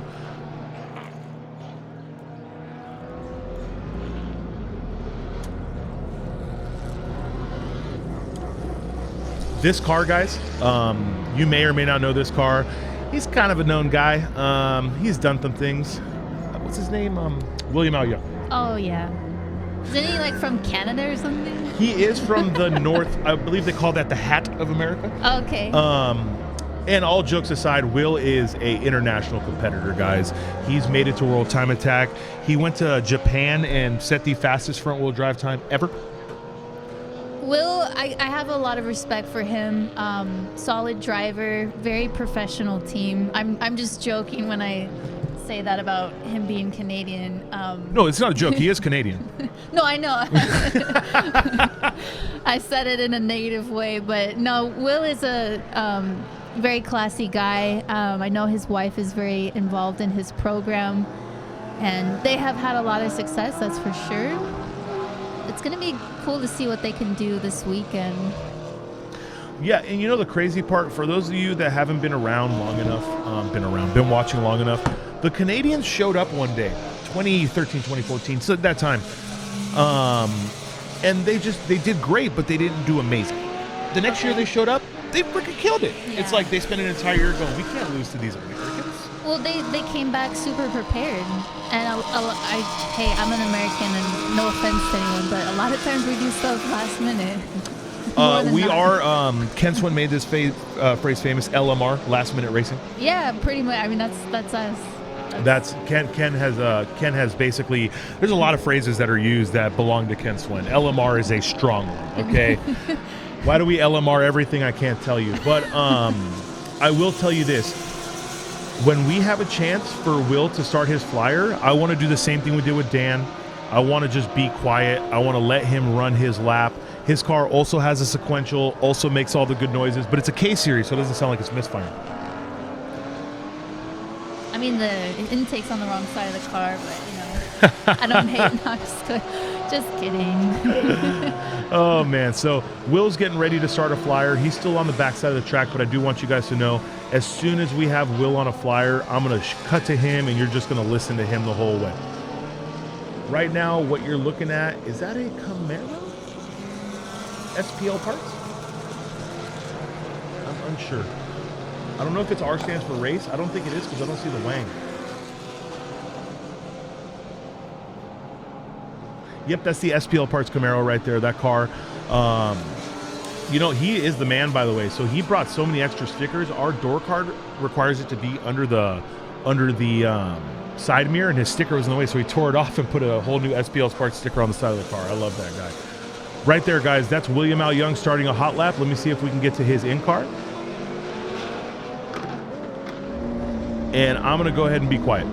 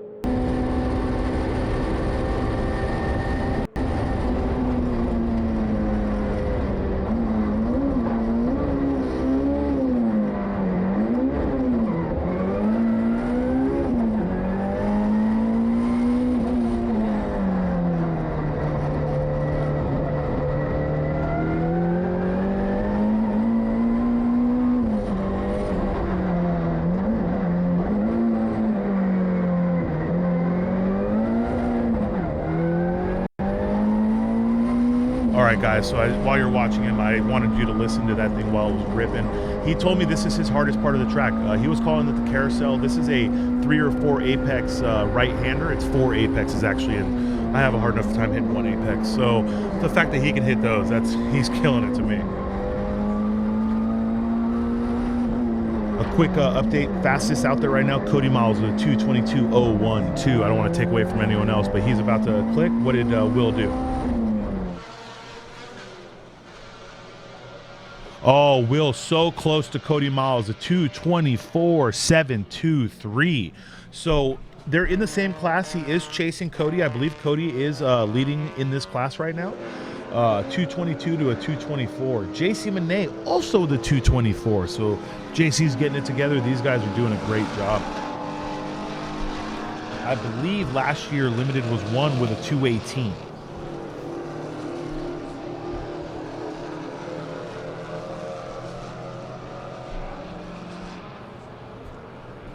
That's going to be Mr. Barton Maurer himself. Earlier in session 4, in group 4, we had Aaron Kaufman driving it. Now we have Barton Maurer out there. He said he's having a blast. So just to hear that just makes me happy. So 10 of your internationals out there watching for Elusive or watching for Barton, he's definitely out here having a great time. I know we got Jackie Ding out here too. I just caught a quick glimpse. Hopefully we can get him out there on camera for you. Right there is Ryan Shims. He is definitely winning in street class right now. He had a 2:22 or a 2:23, I believe, in street. So he was already ahead of the fastest time from last year.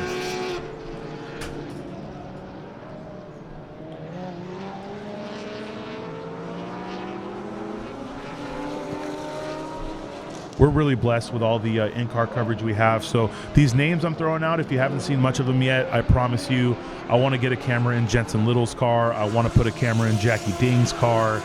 There's some people out here who, they have a great following, and it's not internet stardom. It's nothing like that. What it is these guys are out there and going to every event and killing the game, and I want you to see what they do.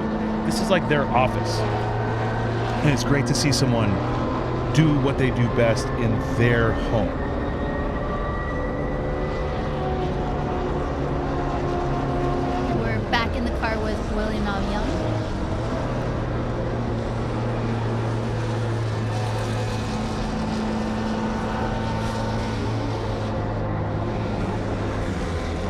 Like Jackie Dean was able to clock a 2:24.711. Wow, this street class is getting more and more competitive every session, guys. Everybody's at a 24 right now, it seems like. Except Cody Miles, who's at a 22. No, Cody's in limited. I'm lying. Yeah. Back me off here. Everyone is at a 24, but I think Ryan Shims ran faster than a 24 last session. He ran a 23. So everyone out there right now is at a 24. I think there's a 23 leading it. So it's really competitive out here right now. Like we said this morning, the track was too cold. It was 40 degrees with no sun. The sun is coming out. It's getting nicer outside. So I think the afternoon sessions, we might see some significant time drops, as long as it doesn't get hot. I don't think it will today, according to the Weather Channel. Like a sponsor. Thanks, Weather Channel. You can send the check to Cuban at superlapbattleusa.com.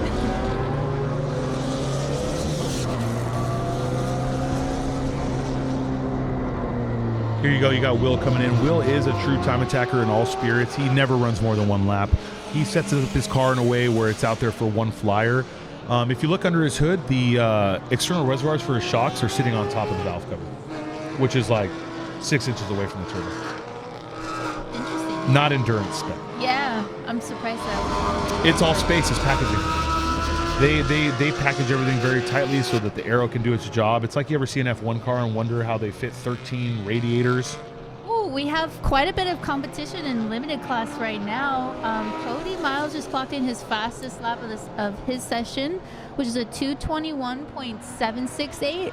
But JC Monet barely squeezing him out limited class with a 2:21.440.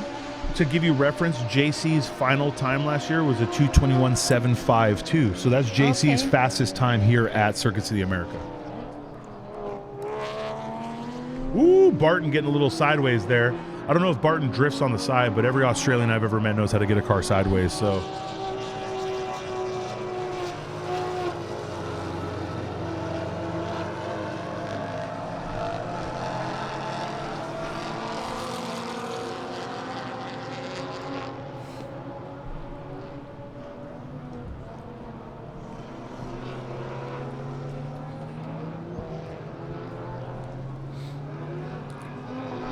God, I love those Life Motorsports guys. They have so many cool cars around all the time. Let's see what Barton's at. I'm going blind. He ran a 232. Yeah, he is just chunking time off every session. I think it was in the 240s last session. When you have a driver of that caliber, they will wring every bit out of your car. Right, and it looks like we have more competition in street class. Car number 80, Ryan. Do you know how to say Ryan's last name? With a D? Oh, Shims. Shims. I think the K is silent. Listen. Okay. When I was doing the podium last year, he made it like, he came up to me, he's like, Shims. I'm like, man, why is there a K there? But to be honest with you, anyone that's listened to me long enough knows I can ruin a regular name, like Miles. Well, Miles? Life is better when you have a K in your name. I don't know about that. It could be biased, but you know. It's not an S2000 unless it has a K series. Out there, so we have JC Monet with the 221 guys. He is now leading in limited class to my knowledge. We will try to get some timing and scoring up for you after lunch of what's going on if we have the ability. But JC has run his fastest time at this track at a 221.4. Like everyone else, they're trying to get used to the new tires. Jackie Ding, for instance, who just killed it out there, does not have to get used to these tires. He's been running the L52s the whole time. There's the argument of what the faster tire is, and Jackie Ding and a lot of people truly believe the AO52 is the fastest street tire on the market right now. I don't know if someone got on camera with Cody, on mic with Cody and told him he got surpassed, but he did a cool down lap, and it looks like he's about to start another flyer. So you got to pick up 3/10, Cody. That's all you need, 3/10.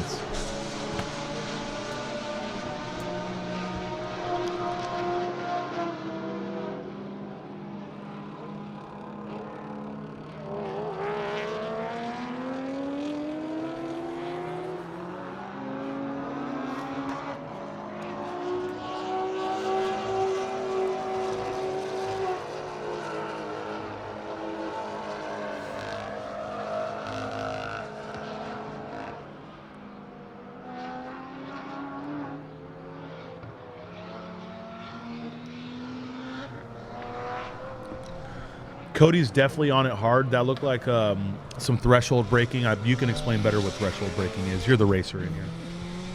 Yeah, it looks like Cody's definitely sending it on this lap. He did a mid-session cool down. Looks like he's just trying to better his 221.7.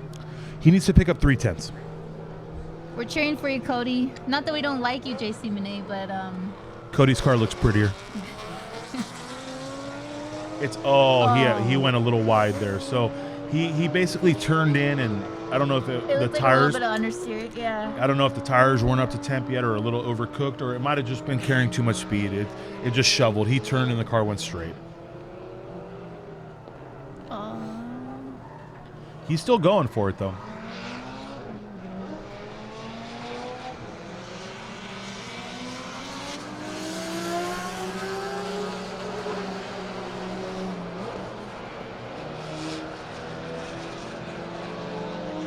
Other cars in the session, car number 29, Sean Farah, ran a 234.487 in street class.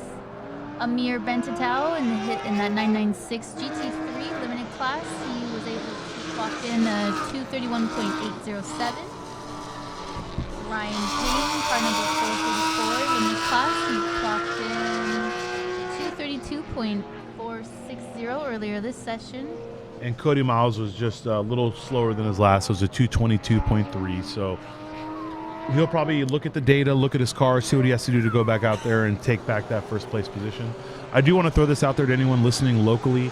If anyone has a K-Series transmission for the Elusive team, built, stock, does not matter. We will pay, bring it. Give us a shout. Hit us up on Super Lap Battle. Hit up Brett Dickey Racing. Hit up Brett Dickey on Instagram. Hit me up on Instagram. We want to get these guys back out there to compete. So if anyone has a K-Series transmission, I don't care if it's a 5-speed, a 6-speed, stock, built, let us know. We definitely need that bad boy. And on another note, coming up in about 45 minutes, we're going to have an autograph signing session. I believe it's in garages 5 and 6, so be sure to head over there at 12:15 for the driver's autograph session. We have Barton Maurer. I believe Aaron Kaufman will be there. We have a lot of good people going out. So if you guys have any questions or want to talk to the drivers, get something signed, make sure to give them a shout.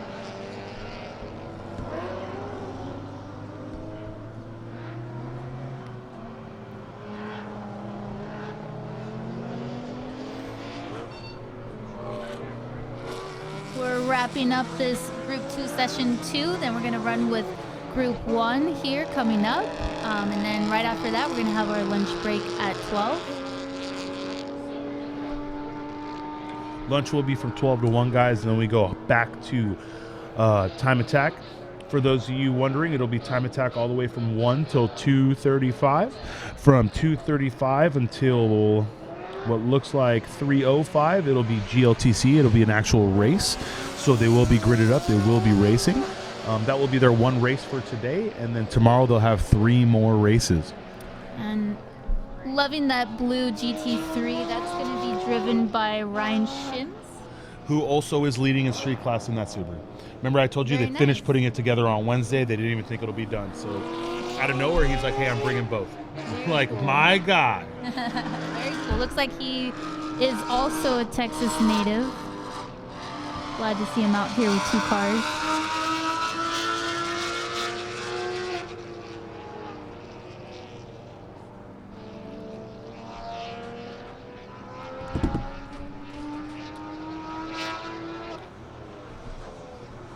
Yep, that's I believe that is, it's green. So I gave you guys the list of what every color was and I forgot. I believe green is street class though. All right, guys, green is street class. So that SPL Parts Camaro, that is a street class car. That means it is running at max 295 AO52. That silver Porsche right there, that's a mirror, correct? Yes, that's going to be a Mir Bentitao in the 996 GT3. I was able to interview him a little bit down in the pits, and normally we see him out here with his NSX. They're just fine-tuning a few things on that car before they bring it out to a big event like this. And we also saw him at the Global Time Attack Finals at Buttonwillow in his LS-powered E36 M3. Which they could not bring either. So I was talking to him. They were testing something and just something didn't seem right. I don't know if it was in the motor, but it's better to know it's good. Right. So I asked them, well, hey, where's the M3?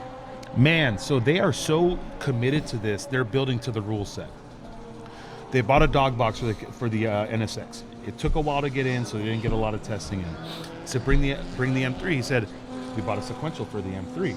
It's torn apart right now. So they're really building to the rules. And we want that.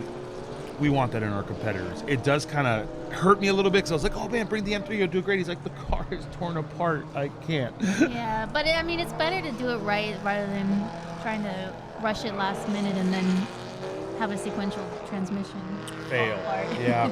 They're not exactly cheap, guys, so you want to make sure everything is set up correctly. Speaking of sequentials, that Corvette right there, Ferris, he won Limited last year.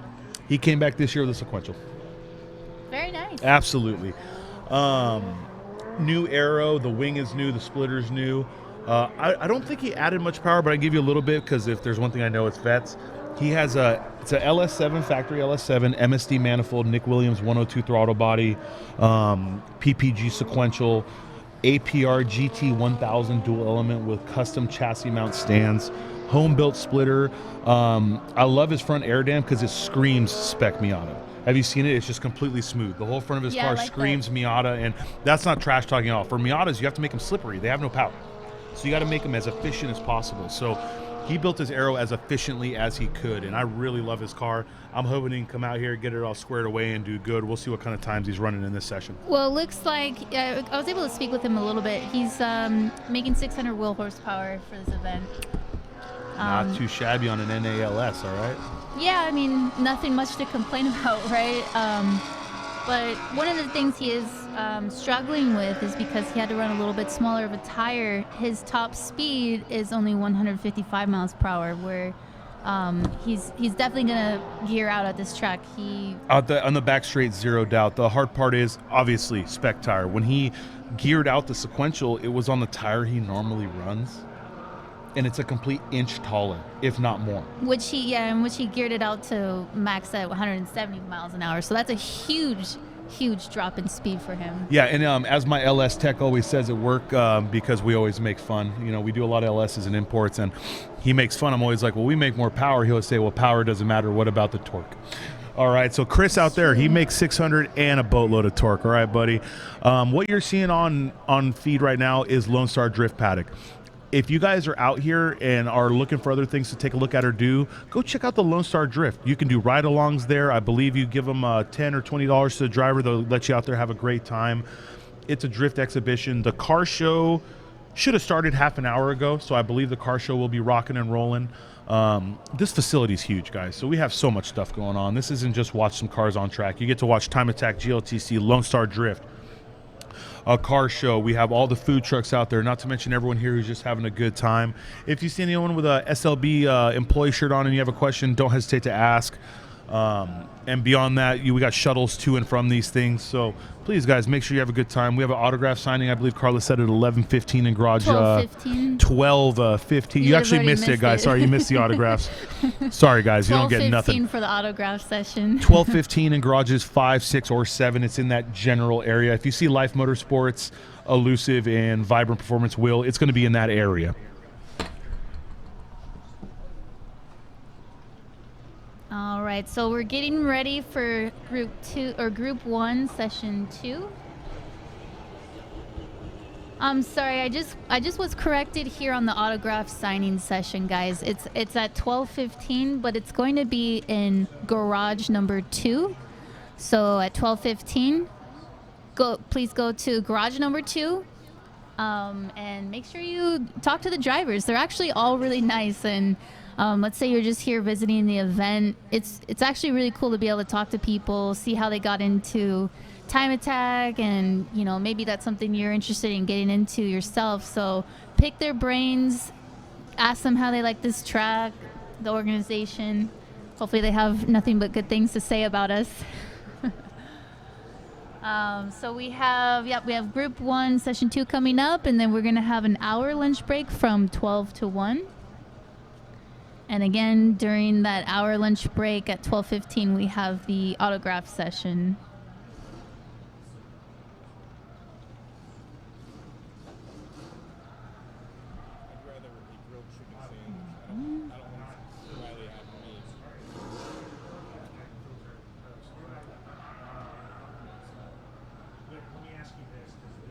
All right, so we just got a question on the YouTube live stream.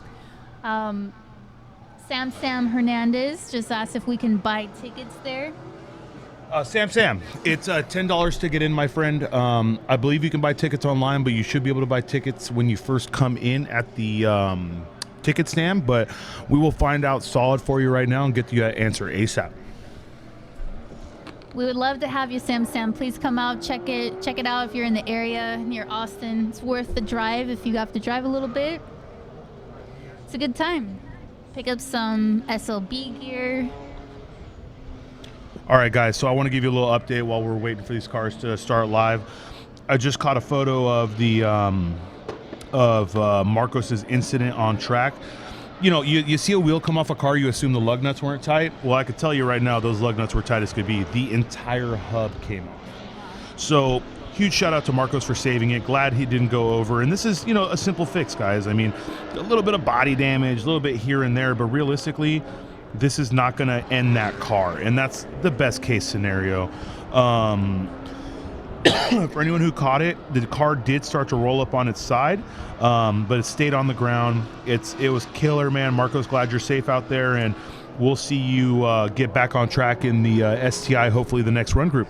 Yeah, and that's also, it's sketchy to happen, especially during a qualifying session. Marcos was out there qualifying for Sally's GLTC race. So, during qualifying, you're pushing the car, but it's not quite like Time Attack because you have to race the car afterwards. So you don't want to break anything. Maybe you don't have a designated set of tires for qualifying. So Marcos, great decisions out there. Stay safe. Sally, good luck in your race, and to all the rest of the GLTC drivers.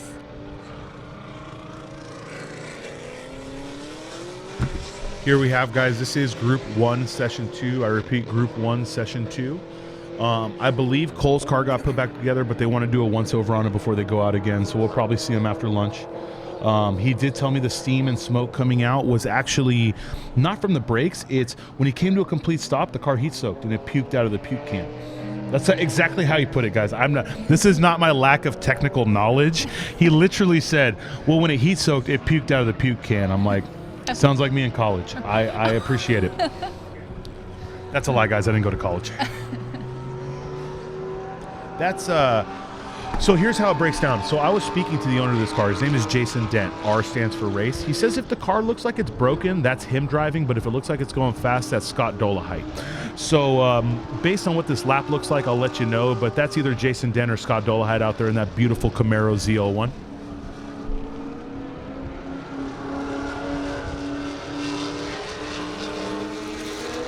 Nothing to hate about a GT3 flying down the front straight at COTA, echoing through all the grandstands.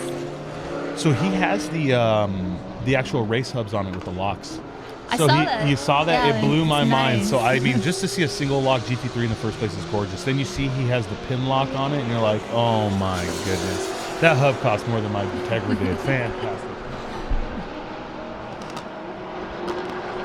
Sam, just so you know, the event is running from today and tomorrow till 5 p.m. So if you miss today, we'll be here bright and early tomorrow, 7:30 in the morning. We'll go hot on track around 7:50 or 8 a.m. So whether you're going to watch it on the live stream or you're going to show up, we will be here. The car show is live now. Lone Star Drift is live now. So you got plenty of things to take a look at. Don't hesitate if you have any questions. Shoot us an email or come on down and we'll get you all taken care of. And Zero Cavity on YouTube, just letting you know, he was asking if there's any live timing.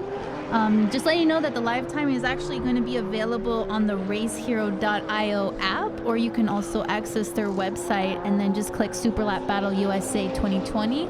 And you can see all the live timing there per session, and then you can also see all of the times that have already happened for the day. Yep, racehero.io. If you only want to use a computer, click on the web version. You'll be set. It'll show you all the previous lap times of the event. But the app is actually really flawless. So if you go to your Apple Store or your Google Play Store, all you got to look up is Race Hero. When you open the app, I believe it's the third one down, Super Lap Battle. So anyone that has any questions about that, don't hesitate to check that out. You can see all the previous lap times also. And it's Shaba on YouTube. We would love to have you come down from Oklahoma. Thank you so much for all your support. My channel lacks originality, so does your comment. It's only one word. That Viper is actually the SCCA championship car, just so you know. He won the SCCA Nationals, so he got a free entry into here.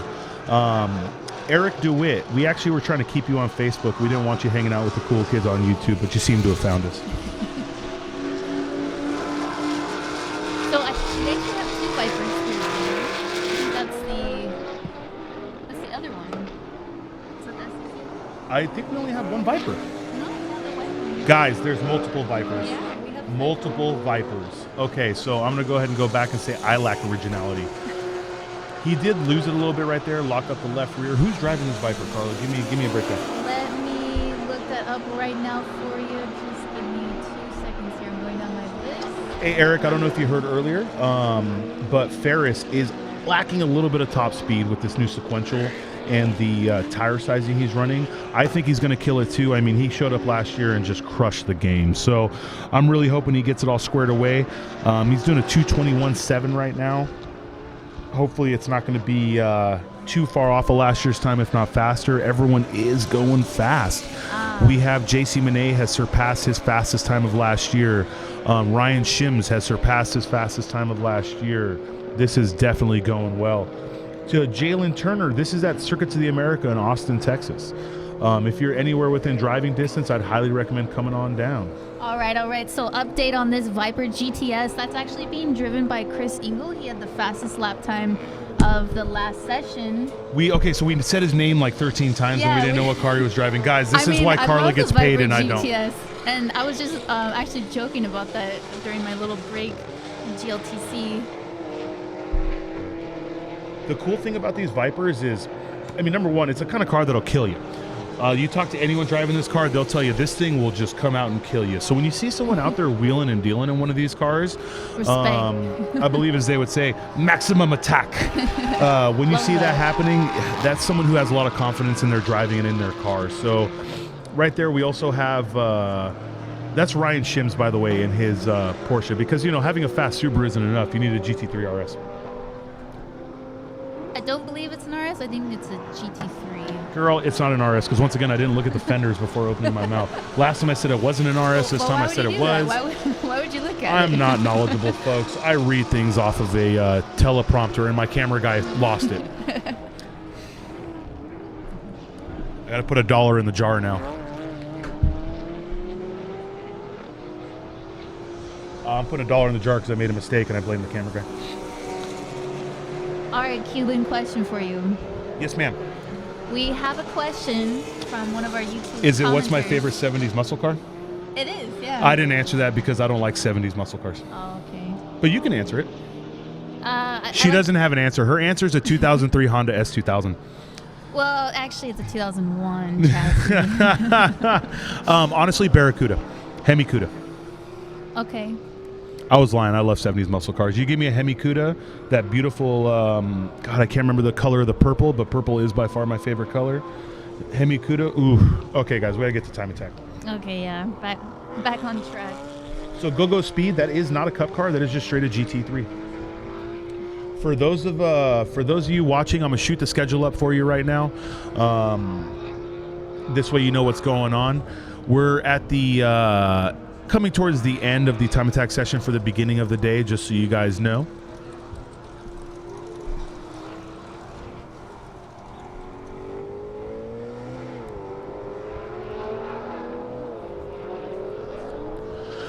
Racer Speed TV. I do appreciate you throwing that out there. For anyone that hasn't heard, we are an SCCA sanctioned pro time attack racing event. So if you want to run with us, you have to have an SCCA time attack license. Now, obviously, if you're an SCCA licensed driver, it's very easy to move that forward. We have the schedule up. My guy's going to pull off timing and scoring so you can see the entire schedule. But to run with Super Lap Battle, to run with Global Time Attack, to run with any of these SCCA sanctioned events, you have to have an SCCA Time Attack license. If you have a equivalent license from another organization or the correct experience, you can reach out. We can work with you. We can make that happen.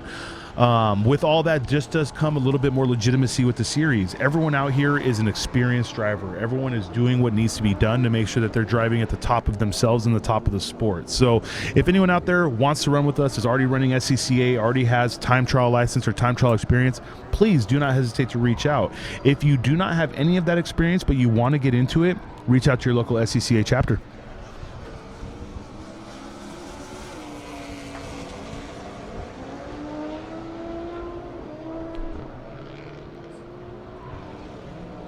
Just so you guys got it, this is the schedule going on right here. My guys, just so you know, it is not Eastern Standard Time. That's the estimated time. It's CST. We'll get that fixed for you. But this is Central Standard Time. A lot of fast times in this session. Looks like Ryan Shims ran a 2:15.0 in that beautiful blue GT3. We also have, Ferraz, who helped me with his last name. Khartoumi. Khartoumi. I got that one. He even told me how to pronounce it, but I forgot already. Ferris with a 2:21.093. He's going to be the second fastest of this Group 1 Session 2. And then we have Gabriel Shadid with a 2:21.533. And we also have, it's either Scott or Jason Dent in the car with a 2:21.271. Carla, you got a fangirl right there. Liz DeGuzzi. I think you might know her. Oh, yeah. I think you Of course might I know her. her. She may be low-key famous on the side, but can we have your autograph before you have ours? Yeah, you don't need my autograph, Liz. So S13 Brian, a NASA license is exactly what we were talking about. If you have a license from a equivalent organization, you just reach out to us, let us know. We'll go through everything absolutely. To the gentleman that doesn't have any license, to that doesn't have any license, say you want to sign up for enthusiast class, obviously we need to see a record of what you've done.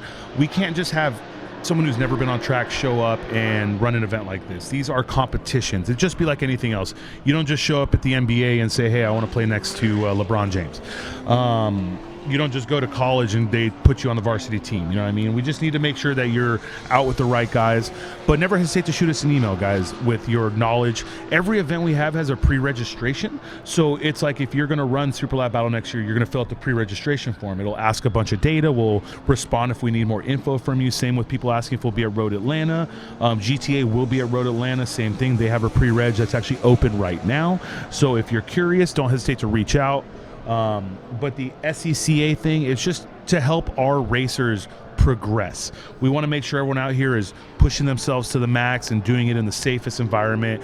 Where time attacking itself, I wouldn't call it the safest sport. These people are definitely pushing themselves to the limit. But we do try to make it as safe as possible.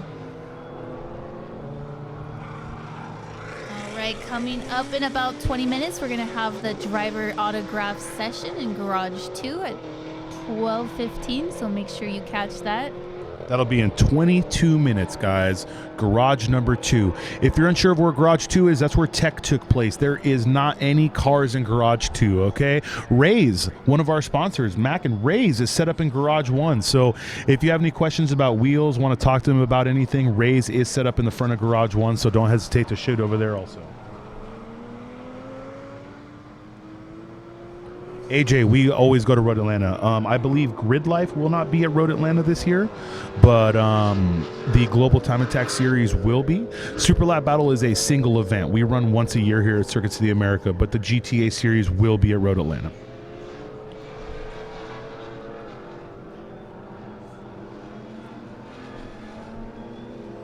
Let's get back to on track, my friends. We have the R stands for race, ZL1. They're running Scott Dolehide. They're running 221s. Again, I'm going to go ahead and guess this is Scott Dolehide wheeling and dealing this car. Him and Ferris are with, this is last year all over again. So literally Ferris took first place in limited and Scott was right behind him. It's the same thing from last year. These guys are just pushing it hard. If you want to know how far off they were, not to cut you off, Carla. Yeah, no, I was just saying, I think Ferris ran a 2:18. 18.5, Okay. and then Scott ran a 2:19.8. Okay, so they're a little bit off of their pace from last year, but then again, These are the cars that are having a little bit of issue with the Yeah. tires. Now, it's gonna benefit some and not others. This is a thing. It's gonna be a setup thing.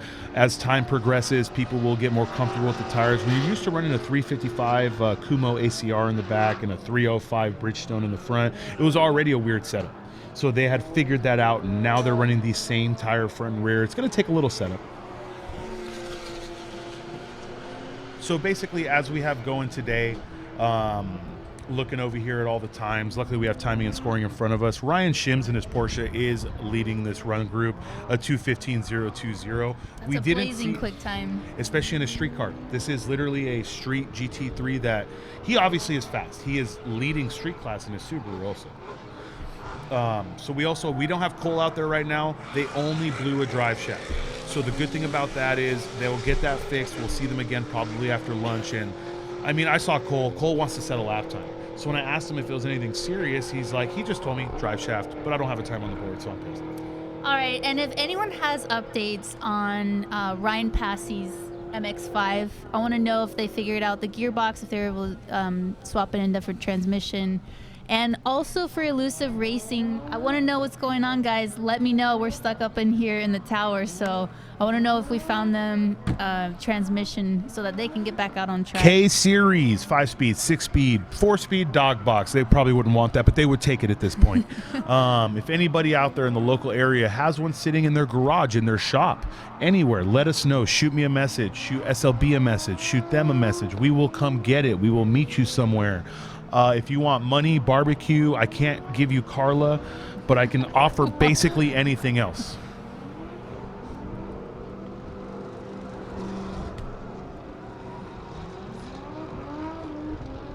Anyways, we're all laughing up here in the office. Brett Dickey, I'm literally trying to get you a transmission. Sending me photos of inappropriate things on my face is not going to help you, okay? Keep sending them, Brett. So we're on Group 1, Session 2, guys. This is going to be the final time attack session before we go to lunch. To anyone wondering, we do have more time attack and a GLTC race to come back to after. For those of you that are here locally, do not hesitate to go to garage number 2. There will be a autograph session. All of the fast drivers will be there, so Brett will still be in his garage. All right, and Brett Dickey actually sent me an update about their team. Looks like they were able to find a transmission, and it's on the way, so they're going to have it around 4 p.m. I know those guys are going to work quickly, so they'll have the car back out, probably not for today, but they have an entire day tomorrow. Listen, let me tell you what's going on. So they sent you that update. Tommy sent me a photo of their broken fourth gear. Nick, they have a trainee on the way, Nicholas Bright, with that beautiful spoon car, called 5 People because he's a local. Wow, that's amazing. Nick, just so you know, they have a tranny on the way. Huge shout out for being such a great competitor, man. Thank you for reaching out for people you don't know. It's little things like this that keep our sport going, and I mean, I know they're going to appreciate it. They're away from their home. They're on the other side of the world, and they're not upside down anymore because they're not in Australia, so they're a little lost. He's still sitting on the wrong side of the car, though. And he hates it when I say that. Thank you for the wonderful photos. Thanks for the Team wonderful Elusive. photos from Elusive, guys. I appreciate you guys so much. So we're going to end this session, guys. We have the fastest at Ryan Shims, followed by Gabriel Shadid. No, Ferris. Followed by Ferris, then Gabriel Shadid. Then we have Scott Dolahite, and then Mike McGinnis. So that's going to be this session for you. If you guys are on the Race Hero app, by the way, you can click on their name and see every lap and like how their deltas look. That's one of the coolest parts about this app. You can see what they did. You can do the same thing on the website. So again, guys, it's going to be Race Hero on your app store, either Google Play or the Apple App Store, or it's going to be racehero.io, and then just click on the web version, okay? So we're going to be coming to an end here. I'm going to go ahead and let you know what's going on. This is Super Lap Battle COTA. I'm Cuban Rodriguez. This is Carla Pistotnik, or is it Pistotnik? Longo. You heard her, Longo. She's been telling people this her whole life. So Carla Pistotnik, thanks for tuning in with us. We'll be back in exactly 1 hour with more Time Attack. We'll be back at 1 p.m. Central Time. There will be an autograph session to everyone who's here watching live. Make sure you make it over there. Garage 2. Garage 2, all the fast drivers will be there, so Brett Dickey will still be sitting in his garage. And we'll be back at 1 o'clock with more Time Attack. There will be a GLTC race, I believe, at 2:40 p.m., and we'll get you all set up with the after lunch schedule. So thanks a lot for tuning in, guys. We'll catch you in about an hour. Thanks, guys.